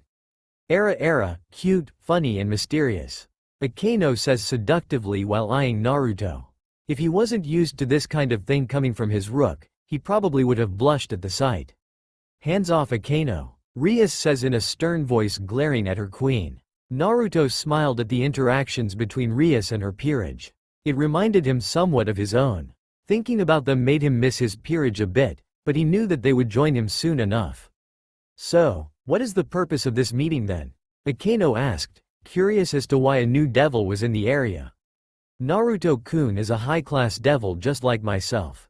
He recently moved to Kuo and will be joining us at school until his peerage is ready to return to the underworld with him," Rias answered for him, using what little information that she gathered from their meeting the previous day. "I thought it would be a nice idea to introduce him to you guys, so I invited him to join us for this afternoon." The rest of the afternoon was spent with Rias properly introducing the members of her peerage to Naruto. He learnt that Akeno is Rias' queen, Kiba is her knight and Kaniko is her rook. She also told him that she has a pawn, Issei, but he was out on a contract at the time. They talked for a few hours, swapping stories and getting to know each other a bit better until the meeting was brought to an abrupt halt. Rias apologized to Naruto and told him that something had come up with her pawn and said that she had to go with her peerage immediately. Before they left, Rias told Naruto that he was welcome to visit them at any time, and with that they disappeared using the Gremory family's magical circle. The next afternoon, Rias was alone in her clubroom after school the next day. Her peerage members were all out on contracts and she was taking the moment of quiet to think over the events of the previous night. Her pawn was lured into a trap by a stray exorcist that had killed the human who was trying to summon Issei. The madman then tried to kill Issei and he would have succeeded if the nun that Issei befriended didn't show up. The girl, Asia, was for some reason working for the crazy exorcist, and in pleading him to spare Issei's life, it bought enough time for Rias and her peerage to arrive. When they got there, Issei was in pretty bad condition. He was covered in his own blood and had holes in his legs from where the exorcist shot him with light bullets. Outnumbering the exorcist, they were able to save Issei easily enough, but he begged her to let Asia go with them. Unfortunately, her family's magic circle only allowed members of the Gremory family and their peerages to use them. And even if she could bring the girl with them, what was she supposed to do next? Asia was a nun and an avid believer in the biblical God. It would risk conflict between the factions if a nun was discovered to be interacting with devils, so she had to make the tough decision of leaving the girl behind. She felt guilty about it, because she could see that the blonde nun was as innocent as they come, but she had to do what was expected of her as a king and member of the Gremory family. Issei was furious at her for leaving Asia behind. Even after she healed his wounds and explained why they couldn't bring Asia back with them, he still was angry. He understood what she was saying, but she knew that he was still depressed about the situation. She just hoped that he didn't try anything stupid and… Knock knock. Rias jumped in her chair after hearing the knock at the door. She was so deep in thought that she didn't sense anyone come into the building. "Come in," she called out, curious as to who was on the other side of the door. To her surprise, Naruto opened the door and walked in with a smile on his face. "Hey Rias-chan, Naruto-kun, what are you doing here?" she asked with a confused smile. "You told me to visit at any time. I didn't have anything planned for this afternoon, so I thought I'd come and see what you were up to." He answered simply. "Oh, that's right, sorry I forgot," she said, slightly embarrassed. "I've been a bit distracted today, after last night." She finished with a slight frown on her face, which didn't go unnoticed by Naruto. "What happened? You guys seemed pretty tense last night when you left so abruptly," he asked her with a bit of concern in his voice. Rias looked up at her fellow devil. Usually the only people she'd talk to about things like this were Akano or Sona, but for some reason she felt like she could talk to Naruto about it. She couldn't quite put her finger on it, but for some unknown reason, she trusted him, even though they only met a few days ago. Letting a sigh, Rias started explaining what was on her mind. A few days ago, Issei met a nun named Asia Argento. For some reason they became very close friends in such a short amount of time, and Issei seems to really care about her. Naruto nodded along attentively while patiently waiting for her to continue. "I warned him to stay away from her. Being part of the church raises obvious concerns about their interactions, but I didn't think it would become an issue. Until last night, that is," she explained, her frown growing slightly. "Last night Issei was working a contract. When he arrived, the human that summoned him was dead. He had been brutally murdered by a stray exorcist." Naruto's eyes narrowed at hearing that. He has had plenty of run-ins with stray exorcists over his time, some worse than others. But he hadn't met any that took it so far as to murder humans just for summoning a devil. Rias was caught slightly by surprise at seeing Naruto's eyes change to annoyance and anger. They depicted someone who held a lot of resentment, and the look slightly reminded her of how he reacted when she asked about his father. She decided to file the thoughts away for later and continue on with the issue at hand. The exorcist attacked Issei and would have killed him if it hadn't been for the timely intervention of Asia. Rias told him, which surprised him a bit. For some reason, Asia came to this town and is working for a group of fallen angels. When she saw Issei, she begged the crazy exorcist to spare him, and in doing so bought us enough time to arrive and rescue Issei. Seeing her still frowning, Naruto asked, "If Issei is okay now, then what's the problem?"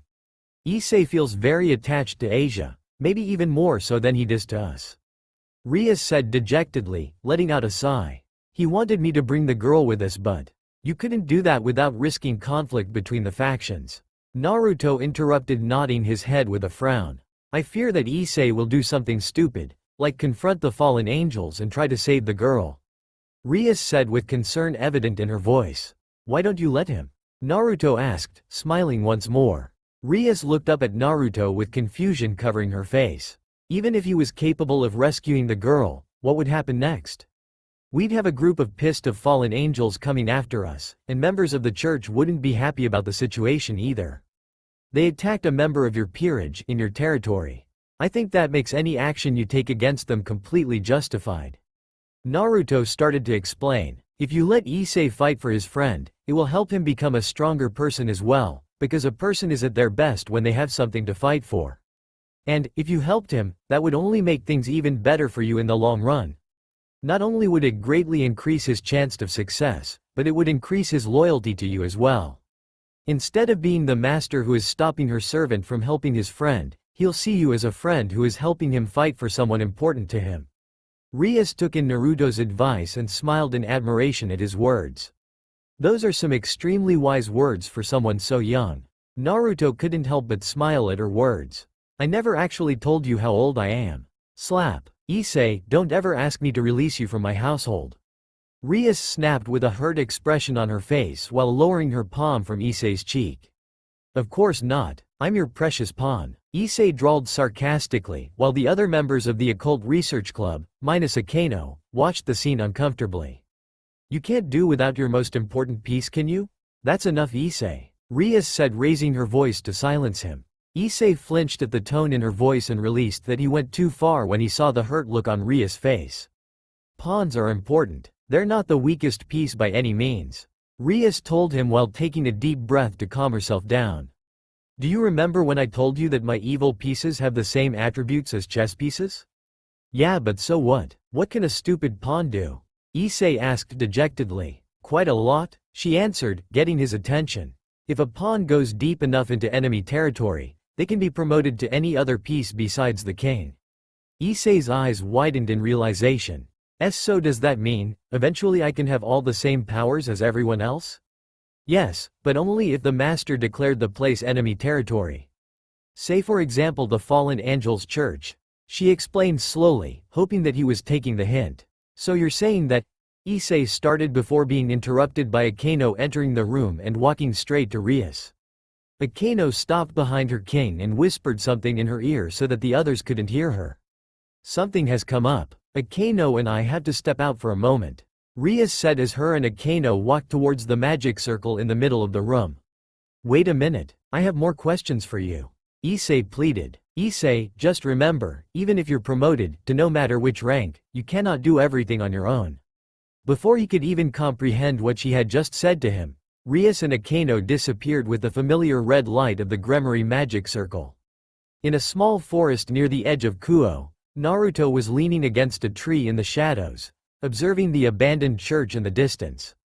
It was getting pretty late and the sun had already dropped past the horizon, so it was fairly dark under the trees and away from the moonlight. He noticed a flash of red to his right and turned his glance to see Rias and Akano arriving a few meters away from him. How'd it go with Issei? Naruto asked, turning his attention back towards the church. Fine, Rias answered. I think he took the hint, and even if he didn't, Kiba and Kaneko are there to help him. Are you sure this is a good idea, bucko? Akano asked the crimson-haired devil cautiously. It was a bit surprising for Naruto to see Akano like this. In all the times that he'd seen her so far, she'd always been laid back, happy and even flirtatious. Especially flirtatious. It was nice to see that she was so concerned for her friends. Yes, I believe this to be best course of action to take. Rias answered confidently. I have faith in Naruto-kun's plan. She added, making Naruto smile to himself. Seeing Akano accept her king's words, Naruto decided to speak up. There are 3 fallen angels in the forest a bit closer to the church. They seem to be guarding the back entrance. There is a stray exorcist in the church, with another 50 or so underneath. There is also another fallen angel under the church, so whatever tonight's main event is, my guess says that it's taking place down there. He told them. Very well. When the others arrive we'll engage the 3 out here, to give them time to get inside. Rias said and Naruto just nodded his agreement. 10 minutes later Akano broke the silence. Bucko, I can sense Issei, Kiba and Kaneko approaching the front of the church. Alright, let's get this started then. She replied while moving towards the church with Akano following her and Naruto not far behind them. This is the worst, standing guard is the most boring thing ever. They heard a voice come from ahead of them. Looking up they saw a short girl with blonde hair, tied in twin tails. The girl was sitting on the branch of a tree and looking towards the church. Technically you're sitting, Naruto called out jokingly, making Rias and Akano both giggle despite the situation they were entering. The short girl spun around and jumped to the ground. She was wearing a black Lolita dress with white frills, a large black bow on the front and a green jewel embedded on the collar. She had white thigh-high socks, black shoes and a large black bow on top of her hair. Hi there, I'm Middlet and I'm totally the most awesome fallen angel in the history of ever. The girl called out happily while curtsying to them. This little girl is really into herself, isn't she? Akano stated while giggling into her hand. Rias just smiled and Naruto snickered from behind them. A tick mark appeared on Middelt's forehead as she glared at them. Whatever. What are you doing here? She demanded. I hope you're not here for a little rescue operation, because there are a lot more of us than there are of you. Even if you are, you'll have to deal with me first. I may be little, but I promise you this much, I pack a mean punch. She finished confidently. We already have 3 of our members entering the front of the church. Rias replied calmly. What? The blonde girl yelled out before letting go a sigh of frustration. It doesn't matter. You're the leader of this little group, so if we take you out then they'll be on a trip to useless town. And sorry to disappoint, but I'm bringing friends to this party. She called out while spinning around and revealing her black feathered fallen angel wings. As soon as she finished, a purple light appeared next to her and when it disappeared it revealed 2 more fallen angels. One of them was a tall, buxom woman with long, navy blue hair, wearing a violet trench coat which revealed most of her chest, and a short mini skirt to show off her long legs. The third member of their group was a middle-aged looking man with short black hair. He was wearing a pale violet trench coat over a white dress shirt with a matching ascot, black pants, shoes and a black fedora. Good work, Middelt, came a feminine voice from the blue net fallen angel. It looks like we meet again, Lady Gremory. You should have kept your servant in line. The male fallen angel told her in an arrogant voice. It seems clear to us that your intention here is to interrupt our ritual. And that we can't allow. The 2 new fallen angels brought their wings out and jumped up into the air. Akano, Rias called in a calm voice. Already on it, the raven-haired queen replied joyfully, raising her hand to the sky. Naruto was caught by surprise when lightning appeared out of nowhere, striking Akino's raised arm. Instead of harming the raven-haired girl, it seemed to empower her and when the flash cleared, Akano was sporting a completely new attire. Instead of her Kuo Academy girl's uniform, now she was wearing traditional Miko clothing, consisting of a white haori with red accents, a red hakama, and a pair of zori with white tabi. Naruto let out a soft whistle at seeing the transformation. Akano truly did depict an ideal Japanese woman. Hey, no fair. I wasn't told that we could wear cosplay outfits. Middelt called out angrily. You look like a miniature French maid? Naruto deadpanned, making Rias and Akano giggle once again. Akano then raised both of her arms and focused her demonic energy. Out of nowhere, a dome made out of small red circles, in the shape of the Gremory family crest, appeared around them. A barrier? The male fallen angel growled in annoyance. That's right, Rias responded cheerfully. And the only way to get past it is to defeat the 3 of us. Catching my prey in a cage just gets me so hot. Akano purred with a blush on her cheeks and electricity tracing around her hand. Oh crap, not another sadist. Naruto thought to himself. I have to make sure I keep her and Inner Chan away from each other. Enough of these games. The middle-aged man called out. It's time for you 3 to die. After his declaration, the 3 fallen angels all conjured a spear of light into their hands, before hurling them straight towards Rias. Naruto was about to intervene, but stopped when he saw the smile on Rias' face. As the 3 spears were about to hit the Gremory heiress, she flared her power, surrounding herself in a shroud of pure red and black energy. Looks like she inherited the power of destruction from Lady Gremory. Naruto thought to himself with a smile. The power surrounding Rias disintegrated the spears on light. She gathered the power in front of her between her hands before looking up towards the 3 fallen angels. You lose, she stated simply before unleashing her power upon them. The beam of red and black destruction cut through the air at a tremendous pace. Naruto watched it happen with an impressed look on his face. Sirzex must be so proud of his little sister. He thought genuinely. The male fallen angel was quick to think and dived down towards the ground, avoiding the beam of energy. Middelt and the blue net however weren't quite so lucky. The beam of destructive energy hit them head-on and they didn't even have time to scream out in pain before they were disintegrated. All that remained of them were a few black feathers that slowly floated down towards the ground. You bitch! The male growled in fury as he conjured another spear of light, sending it straight at Rias' chest. Rias was about to jump out of the way, but didn't need to when the spear stopped midair. Rias and Akino's eyes widened in surprise at what they saw. In a split second, Naruto disappeared from behind them, before reappearing in front of Rias, stopping the spear of light by catching it in his bare hands. What made the sight even more impressive was the fact that Naruto didn't even look fazed by the spear, even though simply touching it should be burning his skin. How? Rias and Akeno both wondered in awe. Naruto discovered many centuries ago that by focusing on the human blood running through his veins, not only could he mask the fact that he was a devil, but he could also make himself immune to most of the weaknesses that devils possess. So by focusing on his human blood now, he easily caught the spear of light and snapped it in half, dropping it to the ground. "You are weak," Naruto said in a cold tone as his eyes hardened, looking towards the male fallen angel glaring at him. "If you leave this place right now, I will let you live. However, if you stay, I cannot guarantee your safety." Rias and Akeno shivered at the sound of Naruto's cold, emotionless voice.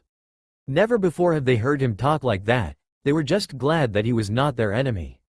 The fallen angel on the other hand flinched under his gaze before regaining his composure. "You son of a bitch. How dare you?" He didn't get the chance to finish his sentence as he felt a strong hand grip around his throat, slamming him painfully into a tree. "What? I didn't even see him move." Rias though in awe at the speed Naruto had just displayed. "Never speak poorly of my mother." Naruto growled, tightening his grip around the other man's throat. "Let go of me, you filth." The fallen angel struggled to breath while being pinned against the tree. Rias felt a dark energy flood the area, and if Akeno's shaking hands were anything to go by, she felt it too. The power felt so dense that it was actually becoming hard to breathe.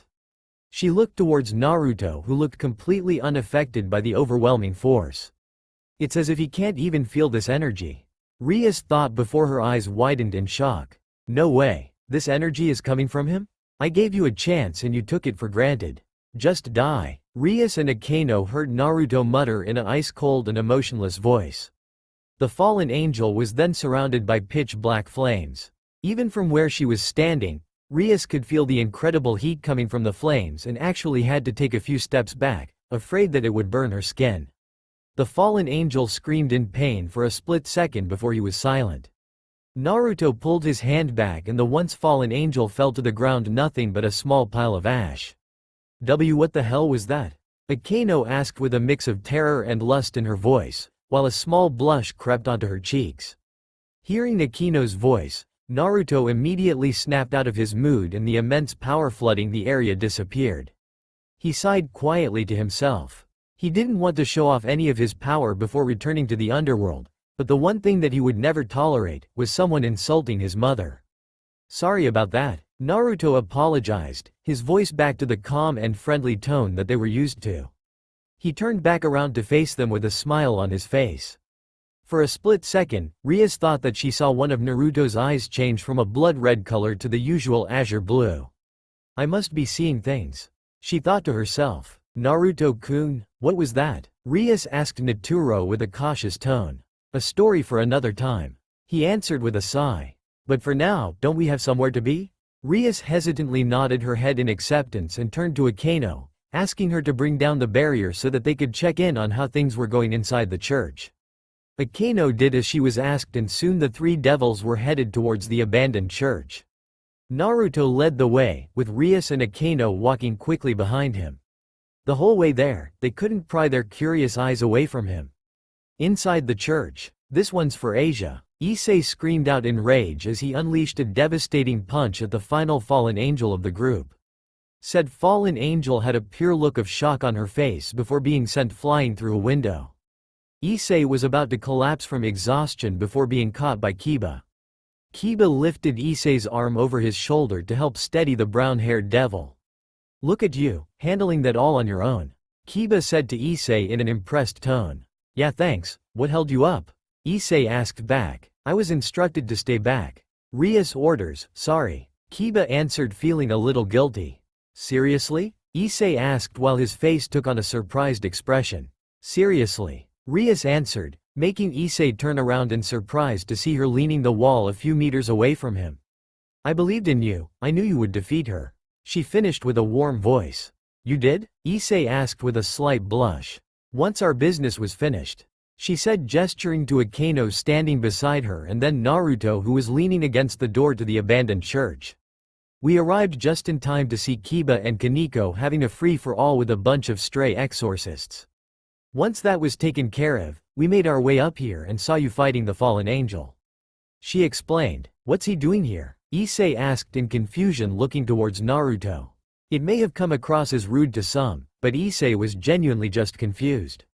He wasn't there the previous afternoon when Naruto visited the clubroom, and as far as he knew, Naruto was just a new transfer student. We'll explain that later, for now though we have some business to attend to. She told him as Kaneko returned with the body of the final fallen angel. Kaneko walked towards Rias and simply dropped the fallen angel at her feet, maintaining her usual stoic look. You must be Rainier? I am Rias Gremory, also known as the next heir to the noble house of Gremory. Rias announced in a proud voice. It's wonderful to meet you. What a shame we don't have time to chat. It's time for you to join your friends. When she finished talking, Rias opened her hand, releasing a few black feathers to slowly float towards the ground. The fallen angel, now known as Rainier, adopted a look of horror on her face. Your friends tried to stop us. We warned them that it wasn't a very good idea, but they insisted. This is what remains of the two girls. Rias explained. A hopeful look made its way onto Rainier's face. It didn't last long though as Rias continued talking. Unfortunately, there's absolutely nothing left of the fourth member of your group. She finished and turned her glance slightly in Naruto's direction. Why would the heiress of Gremory dare such a thing? Rainier asked. I am completely justified in my actions, don't you think? You dare come into my territory and attack members from my household? I think the better question here is why you dared to do something so stupid? Rias fired back, flaring her power slightly. Say, please, came a soft and innocent voice, making Naruto raise a curious eyebrow. Where the matured and sinister-looking woman sat a second ago, was now a cute-looking teenage girl. I am sorry, I know I said some mean things to you. But I didn't have a choice. I had to fulfill my role as a fallen angel. She pleaded as tears started to well up in her eyes. Why Yuma? Issei said before a pained expression crossed his face and his fists clenched. I mean, if I really didn't care, would I still be wearing your gift? She asked while gesturing to a red scrunchy bracelet on her arm. Please don't tell me you forgot. Why you bought it for me, remember? Now the tears were freely running down her face. Don't you remember? Issei recoiled in shock before frowning. Why do you still have that? He demanded. How could I possibly get rid of this? It reminds me of, she started in a soft voice before stopping and coughing up blood. All the members of Rias' peerage blinked and stepped back in surprise. 1 second Yuma was sitting there pleading for her life. A split second later Naruto appeared in front of her, stabbing a translucent blade of black energy straight through her chest. Wah! Yuma started before coughing up more blood. This is the fairest punishment you will ever receive for your transgressions. Naruto whispered in a soft tone, only just loud enough for the rest of the devils to hear. He then pulled the blade out from her chest. For a moment she simply stared back up into the soft blue eyes gazing down at her. Then the life drained from her eyes and she collapsed. Is that A? Rias started to ask in shock before Issei interrupted her. Asia, he cried out, running to a bench which had the unconscious form of a cute young blonde girl on it. Dismissing the blade, Naruto caught a green orb floating above the dead fallen angel. Inside the orb were 2 rings. I think these should be returned to their owner. Naruto said in a soft tone as he approached the group of devils surrounding the body of the blonde nun. Issei gave Naruto a look filled with sadness and gratitude. He took the rings from Naruto and placed them on Asia's fingers. He then broke down into tears, clutching the girl in his arms protectively. Asia, I'm so sorry, he mumbled in a depressed tone. Asia, please forgive me, you have nothing to apologize for, Issei, Rias told him in a caring voice. But I failed her, he said while continuing to shed tears. Naruto stood back to observe the scene. A frown made its way onto his face. He hated when things like this happened. He wanted to try and do something to help, but this was an issue for Rias and her peerage to solve. Besides, he had a pretty good idea what was going to come next anyway. Issei, have you ever seen one of these before? Rias asked him after pulling a small white chess piece out of her pocket. A chess piece? Issei asked in strained confusion. Yes, it is. A bishop to be more precise. She explained. This is one of my evil pieces. Issei's eyes widened in realization, and from across the room Naruto couldn't help but smile. Does that mean? Issei started to ask, with a sliver of hope entering his voice. Yes it does. Rias answered with a caring smile. She knelt down to join Issei, who was still clutching the blonde girl in his arms. She placed the white bishop piece on the girl's chest before standing back to her feet and holding out her hand. In the name of Rias Gremory, I call to Asia Argento. Hear my command. Return thy soul from the shadows of death to the human realm. Rise once more as my servant. Join me by becoming a bishop for the noble house of Gremory. A handsome man who appeared to be in his early 20s is currently walking through a grand hallway in a large castle. Although the man's appearance looked young, he had an air about him that gave off a very mature and grown-up vibe. This is slightly ironic considering how he usually acts. But not today. Today he has his serious face on. Today he is extremely angry. Sirzex Lucifer, formerly known as Sirzex Gremory, has grown into a handsome-looking man with shoulder-length crimson hair and blue-green eyes, similar to those of his little sister. He is currently wearing a professional-looking business suit and walking at a brisk pace with a serious look on his face. The reason for said expression is because he is on his way to a meeting with his father, Lord Gremory, the current head of the Gremory family. Upon arriving, he knocks on the door to his father's main study and waits to be called inside. Come in. A voice that he recognized as his father's called from inside the room. Entering the room, Sirzex saw that Lord Gremory is sitting behind the main desk with official paperwork in front of him. Lord Gremory is a middle-ages-looking man with long crimson-red hair and some slight stubble on his chin. The only other person in the room is a beautiful young woman looking to be the same age as Sirzex. She has long silver hair and is currently wearing a maid's attire. This woman is Graphia Lucifuge, Sirzek's queen, wife, and also the head maid to the House of Gremory. Usually Graphia would be by Sirzek's side at all times, but today she had been summoned earlier by Lord Gremory to cater to their meeting. That is why she is currently walking around the desk pouring cups of tea for the two crimson-haired devils. Sirzek smiles towards his wife while entering the room fully and closing the door behind him. Being the strict and proper woman that she is, Graphia simply nodded in reply. Whilst on duty, she took her job extremely seriously, and refused to take advantage of the fact that she is Sirzek's wife. What is the meaning of this meeting? Sirzek asked in a calm voice, although on the inside he was seething due to having a pretty good idea towards the purpose of today's discussion. I just wanted to let you know that the schedule around Rias' engagement is being brought forward. Lord Gremory answered in an equally calm voice. Graphia has now finished what she was doing and has moved to stand behind her husband, to observe the conversation taking place. She couldn't deny the fact that she was surprised with her husband's behavior. Usually he acts like a child and she has to reprimand him because of his behavior, but at the moment he has an air of seriousness around him that she isn't used to seeing. Don't get her wrong, she has seen a Sirzex in his serious mode plenty of times, but these days it's less and less often. Why? You promised her that she had until she finished university in the human world. Sirzex replied with annoyance in his tone. As true as that may be, we don't see the point in waiting that long anymore. It makes no difference whether it happens in a few years' time of a few days. Lord Gremory stated calmly. You know that Rias will never forgive you if you force this onto her. Sirzex stated with some anger finding its way into his voice. This is for her own go, Lord Gremory started before. Slam. Lord Gremory flinched at what just happened while Graphia jumped slightly in surprise. Sirzex just stood up from his chair and slammed his hands down on the desk in front of him, causing a loud slam sound and interrupting Lord Gremory mid-sentence. Don't you dare say that this is for her own good, Sirzex said in a cold tone. Lord Gremory leant back into his chair with a sigh, knowing that this was going to happen. In the meantime, Graphia stood forward with the intention of reprimanding her husband for his inappropriate behavior. She was about to pull his ear painfully and remind him to be more respectfully, when she was stopped in her tracks. Stand down, Graphia, Sirzex said in an equally cold tone as the one he just used to address his father. Graphia froze in her tracks, recognizing that voice.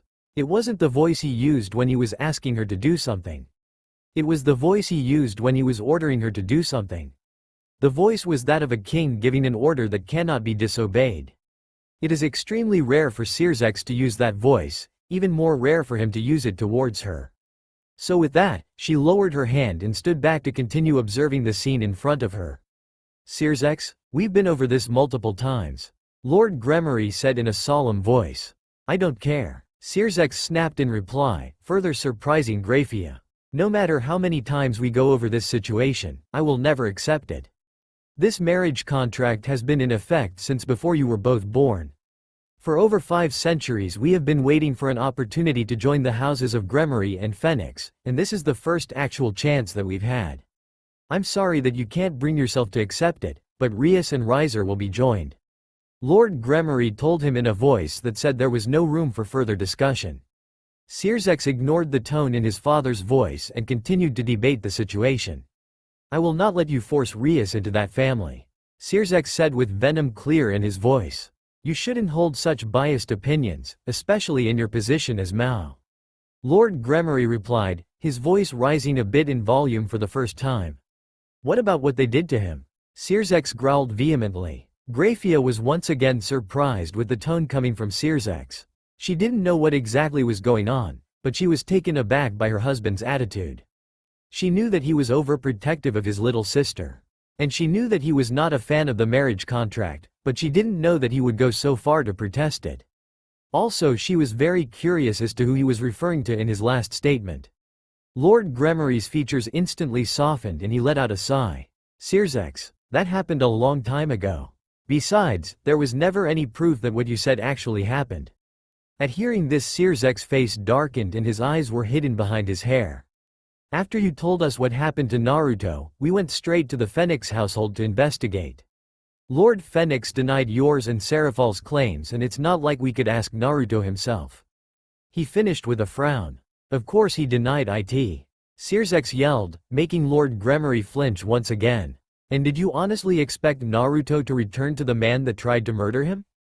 I'm sorry, but there just wasn't enough for us to go off. If Naruto stayed around so that we could hear his side of the story, then maybe we could have done something. But it was the word of 2 children against the word of the Phoenix clan. Lord Gremory stated with sorrow in his voice. Searsex took a deep breath to calm himself down before continuing. No, it was the word of your own son against the word of that arrogant pure-blood elitist. Lord Gremory let out another sigh. There is nothing that can be done about the situation. Everything is already sorted and Grafia will meet with Rias in few days' time to inform her of the situation. With those words, Searsex spun around and headed for the door. He opened it and was about to leave when he stopped and turned his head back towards the room. If you go through with this, Rias will no longer be your daughter and I will no longer be your son.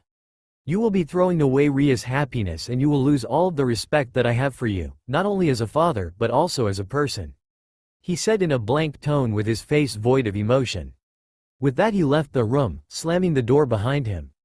After leaving the Gremory castle, Searsex took some time to calm down before deciding what to do next. He hated the situation so much. He is the most powerful devil in the underworld. He is one of the 4 leaders to devilkind and he is known as a hero from the previous wars. Yet even with so many titles, one of the most important one to him was that of being a brother. After the Great War and the Civil War, Searsex took a long time to recover mentally. He wore a mask that depicted a careless child, but it was just that, a mask. On the inside he felt broken. He felt empty. Grafia played a major role in fixing those problems. But even with her love and support, there was still something missing. That all changed when his little sister was born. The first time he held Rias in his arms, his baby sister, he felt whole again. The innocence in her eyes, the way she cutely tried to grab his finger with her tiny hands, the way she giggled when he ticked her. These things filled that void that had been plaguing him for so long. It was the absence of innocence. She gave him something to protect, something to fight for, her innocence and her freedom. And from the very first time he held her in his arms, he promised her that he would do everything within his power to protect her. That was why this situation infuriated him so much. Since becoming the Lucifer Mao, he had to swear indifference to the 72 pillars.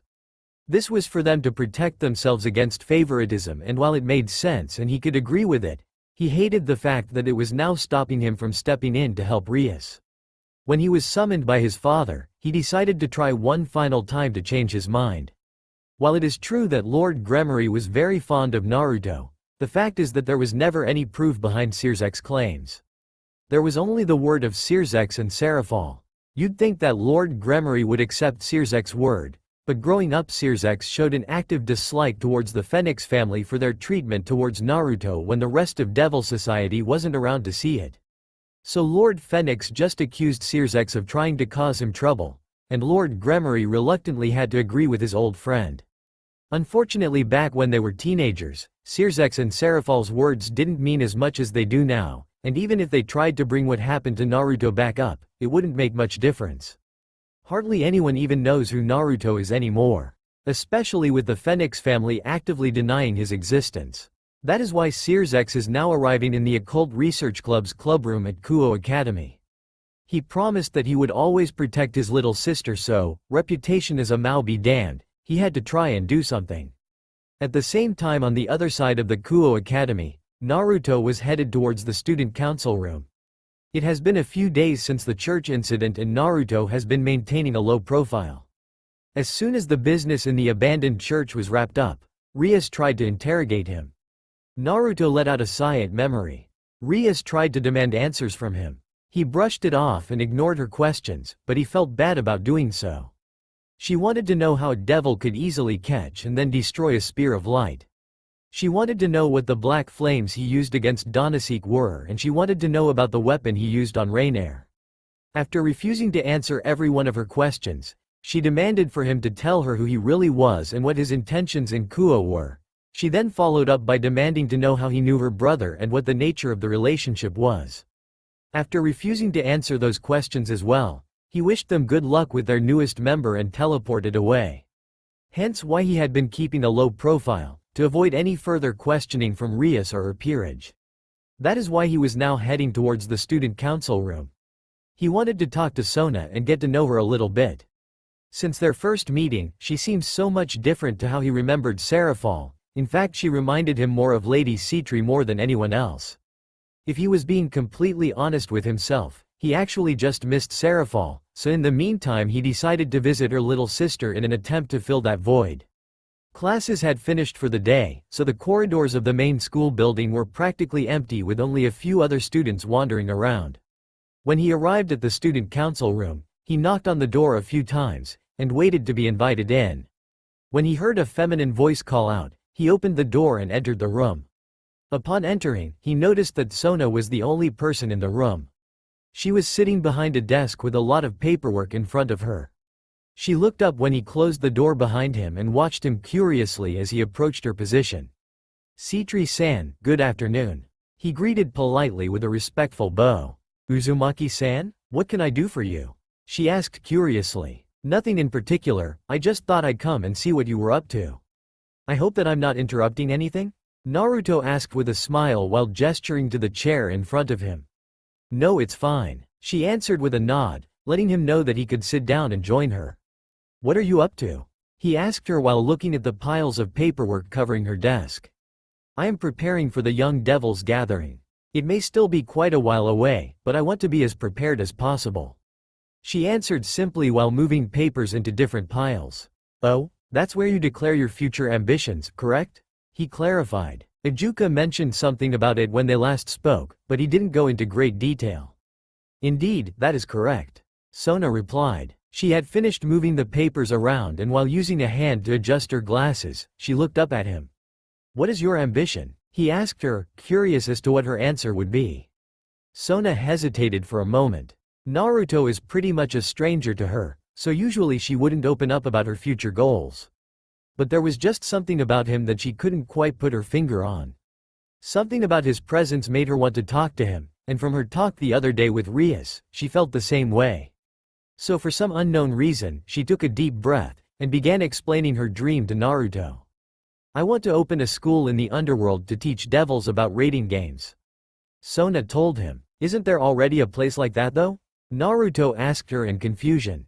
There is. However, it is only available to high-class devils.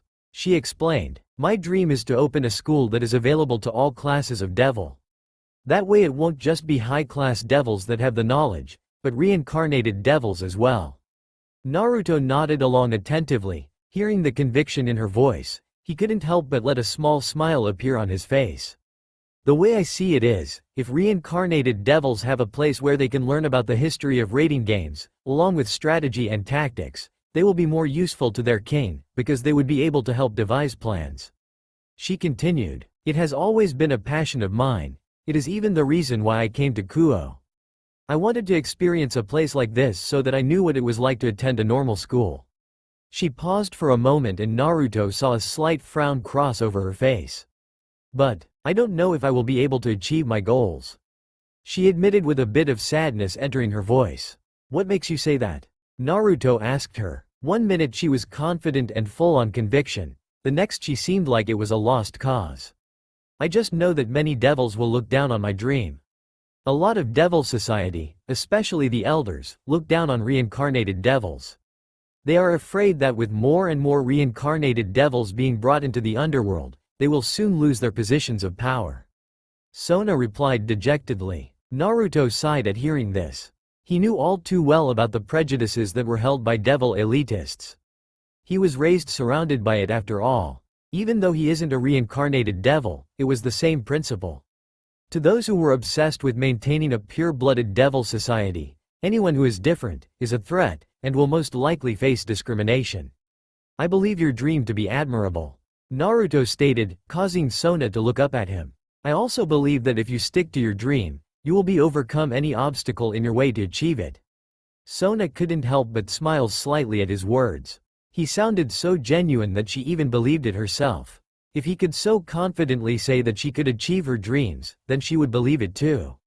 "What is your dream, Uzumaki-san?" Sona asked, curious as to what it may be. Naruto was quiet for a moment, considering how to answer her question. "My dream is to live a peaceful and happy life with the people that I care about," he finally answered with a smile. Hearing his dream, Sona couldn't help but smile once again. To her, it didn't seem all that ambitious, but it was still a nice dream to have. What she didn't know though, were all the things Naruto had to do before he could achieve his dream. The main thing being, dealing with his past. Back to the occult research club room. Rias Gremory is currently looking out the window towards the cloudless sky. She is alone in the clubroom because the members of her peerage, except for Akano, are all out fulfilling contracts. Akano herself was trying to track down Naruto so that they could ask him more questions about the night at the abandoned church. Her thoughts were all revolving around a certain mysterious blonde devil when she saw a bright red light appear behind her.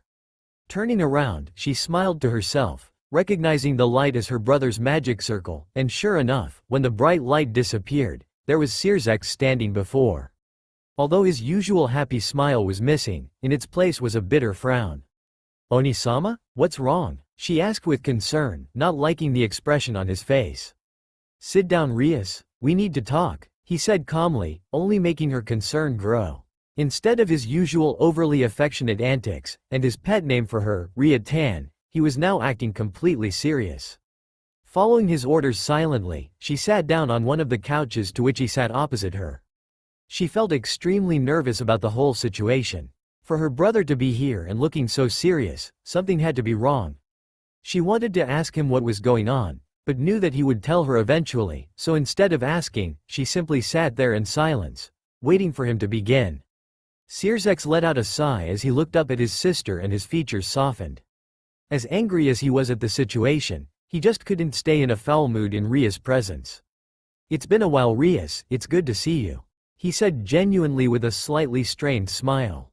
"It's good to see you too, Onisama," Rias replied, still confused by his sudden appearance and by the serious aura he was giving off. "I wish that my visit could be on better terms. But," he began before trailing off and frowning. What's going on?" Rias asked, concern growing even more in her voice. "In a few days' time, Grafia will be visiting to deliver some bad news," he told her cryptically. "What kind of bad news?" Rias asked nervously. Sirzex let out another sigh before deciding to just get straight to the point. "Your marriage to Riser is being brought forward." Open hearing those words, Ria's body went numb. Her mind went blank, and her face adopted a look of utter betrayal. Seeing that expression on his little sister's face was like a dagger to Sirzek's heart. No," Rias whispered desperately, tears appearing in the corners of her eyes. "They promised." They said I had until I finished schooling in the human world. Her voice started as a hurt whisper, but finished as a furious shout. I know, Sirzek replied quietly, looking down from her betrayed expression. They can't do this to me. Rias shouted. You can't let them do this to me. Her voice reverted back to a whisper as the tears started flowing down her cheeks. Hearing those words just crushed Sirzek even further. Seeing Rias in the state she was in, he got up and moved around the table, sitting down beside his sister and holding her in his arms. Not in the playful, siscon way that he usually does, but in the way of a protective older brother holding his hurt little sister. They sat in silence for a while. Sirzek just sat there rubbing her back reassuringly while she cried into his hug. After a few minutes, Rias sat back and looked up at her big brother with sad eyes.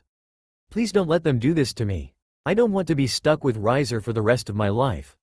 She pleaded desperately. I won't let that happen. He told her, trying to force a comforting smile onto his face. There is no way I would leave you in the care of that family. What will we do? Rias asked while rubbing the tears from her cheeks. I don't know, but we'll think of so. Knock knock. Their attention turned towards the door as the knocking sound interrupted Sirzek's words. Come in, Rias called out, while quickly drying her face. The door opened to reveal Akano, who entered the room, closing the door behind her. She was about to speak when she realized that Rias wasn't alone. Lucifer-sama, she greeted politely with a respectful bow. Then her gaze went to her king and she adopted a concerned expression at seeing Rias with red eyes and a sad look on her face. Hello Akano. Sirzek greeted with a smile, although it was a bit forced considering the reasoning behind his visit. What's going on, Rias? Akano asked with concern in her voice. I'll tell you about it later. Rias replied dismissively, trying to regain her composure before asking. Have you found him yet? It took a while, but eventually I found him entering a meeting with Sona. Akano answered. If I didn't know any better I would say that Naruto has been avoiding us. Rias said with a sigh. She was going to continue but her voice trailed off when she saw her brother's eyes widen. Did you just say, Naruto? Sirzek asked with a shaky voice. Rias and Akano were both confused by Sirzek's reaction to hearing that name, but then Rias remembered Naruto telling her and Sona that he was an old friend of her brother's. Oni-sama, does the name Naruto Uzumaki mean anything to you? Rias asked, turning her attention towards Sirzek. Sirzek surprised the two younger devils by grabbing Rias' shoulders and looking straight into her eyes. Rias, where did you hear that name? Sirzek asked her seriously. He came to Kuo earlier this week. Rias answered carefully, taken aback by Sirzek's change in attitude. She wasn't quite sure what to call it, maybe a mix between nervous and excited. Before she could even question him on the sudden change in behavior, Sirzek stood up and disappeared with a bright red flash from his magic circle. Later that night, after Naruto's talk with Sona, he decided to visit the rest of his peerage to see how they were doing. He also wanted to find out when his queen was going to return to Kuo, but when he arrived, she was already gone. Seeing as he would see her later, he decided to just hang around for a bit and check up on things. He was happy with how his two new knights were settling in. They both seemed to be adjusting well to life as devils, and due to their circumstances before being reincarnated, they are both already quite powerful. When it got later into the night, Naruto decided that it was time to head back to Kuo. Using a magic circle, he teleported straight into the bedroom of his and his queen's apartment, and as soon as he arrived, he was on guard. He could sense a very strong devil close by, and although the presence felt oddly familiar, it still had him slightly on edge. Even though the unknown devil was suppressing their power, Naruto could still sense that it was way too high to belong to any of the devils from Kuo, which meant that the being in question had to come from somewhere else. Naruto slowly moved out of the room, keeping on his guard as he sneaked towards the lounge room. When he got to the corner just before the door, he could hear a female's voice. He instantly recognized it as the voice that belonged to his queen and realized that she was talking to the unknown devil. Claire-chan? He called out carefully as he entered the room, his eyes darting around to find the powerful yet slightly familiar presence that he was detecting. He saw the beautiful green-haired queen sitting in a chair facing his direction. She had a serious expression on her face, but it didn't look like the expression of someone who was in danger. In seeing her safe and seemingly relaxed, he let out a sigh of relief. Looking towards the couch closer to him, Naruto could see the back of a person's head. At first he thought it was Rias. The crimson-red hair was the trademark color of the Gremory family, but he quickly realized that it wasn't long enough. Even if it was, he could sense way too much power coming from within this devil for it to be Rias. The redhead sitting in front of him, facing Naruto's queen, saw her gaze move to behind him.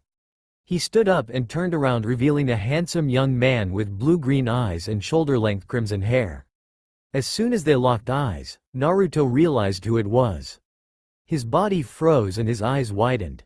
"Sirsex?" Naruto said in shock, with a small smile finding its way to his face. Sirsex was looking straight at him in just as much shock. Naruto?" he stuttered before. That's all for now. If you enjoy, then please like, share and do comments.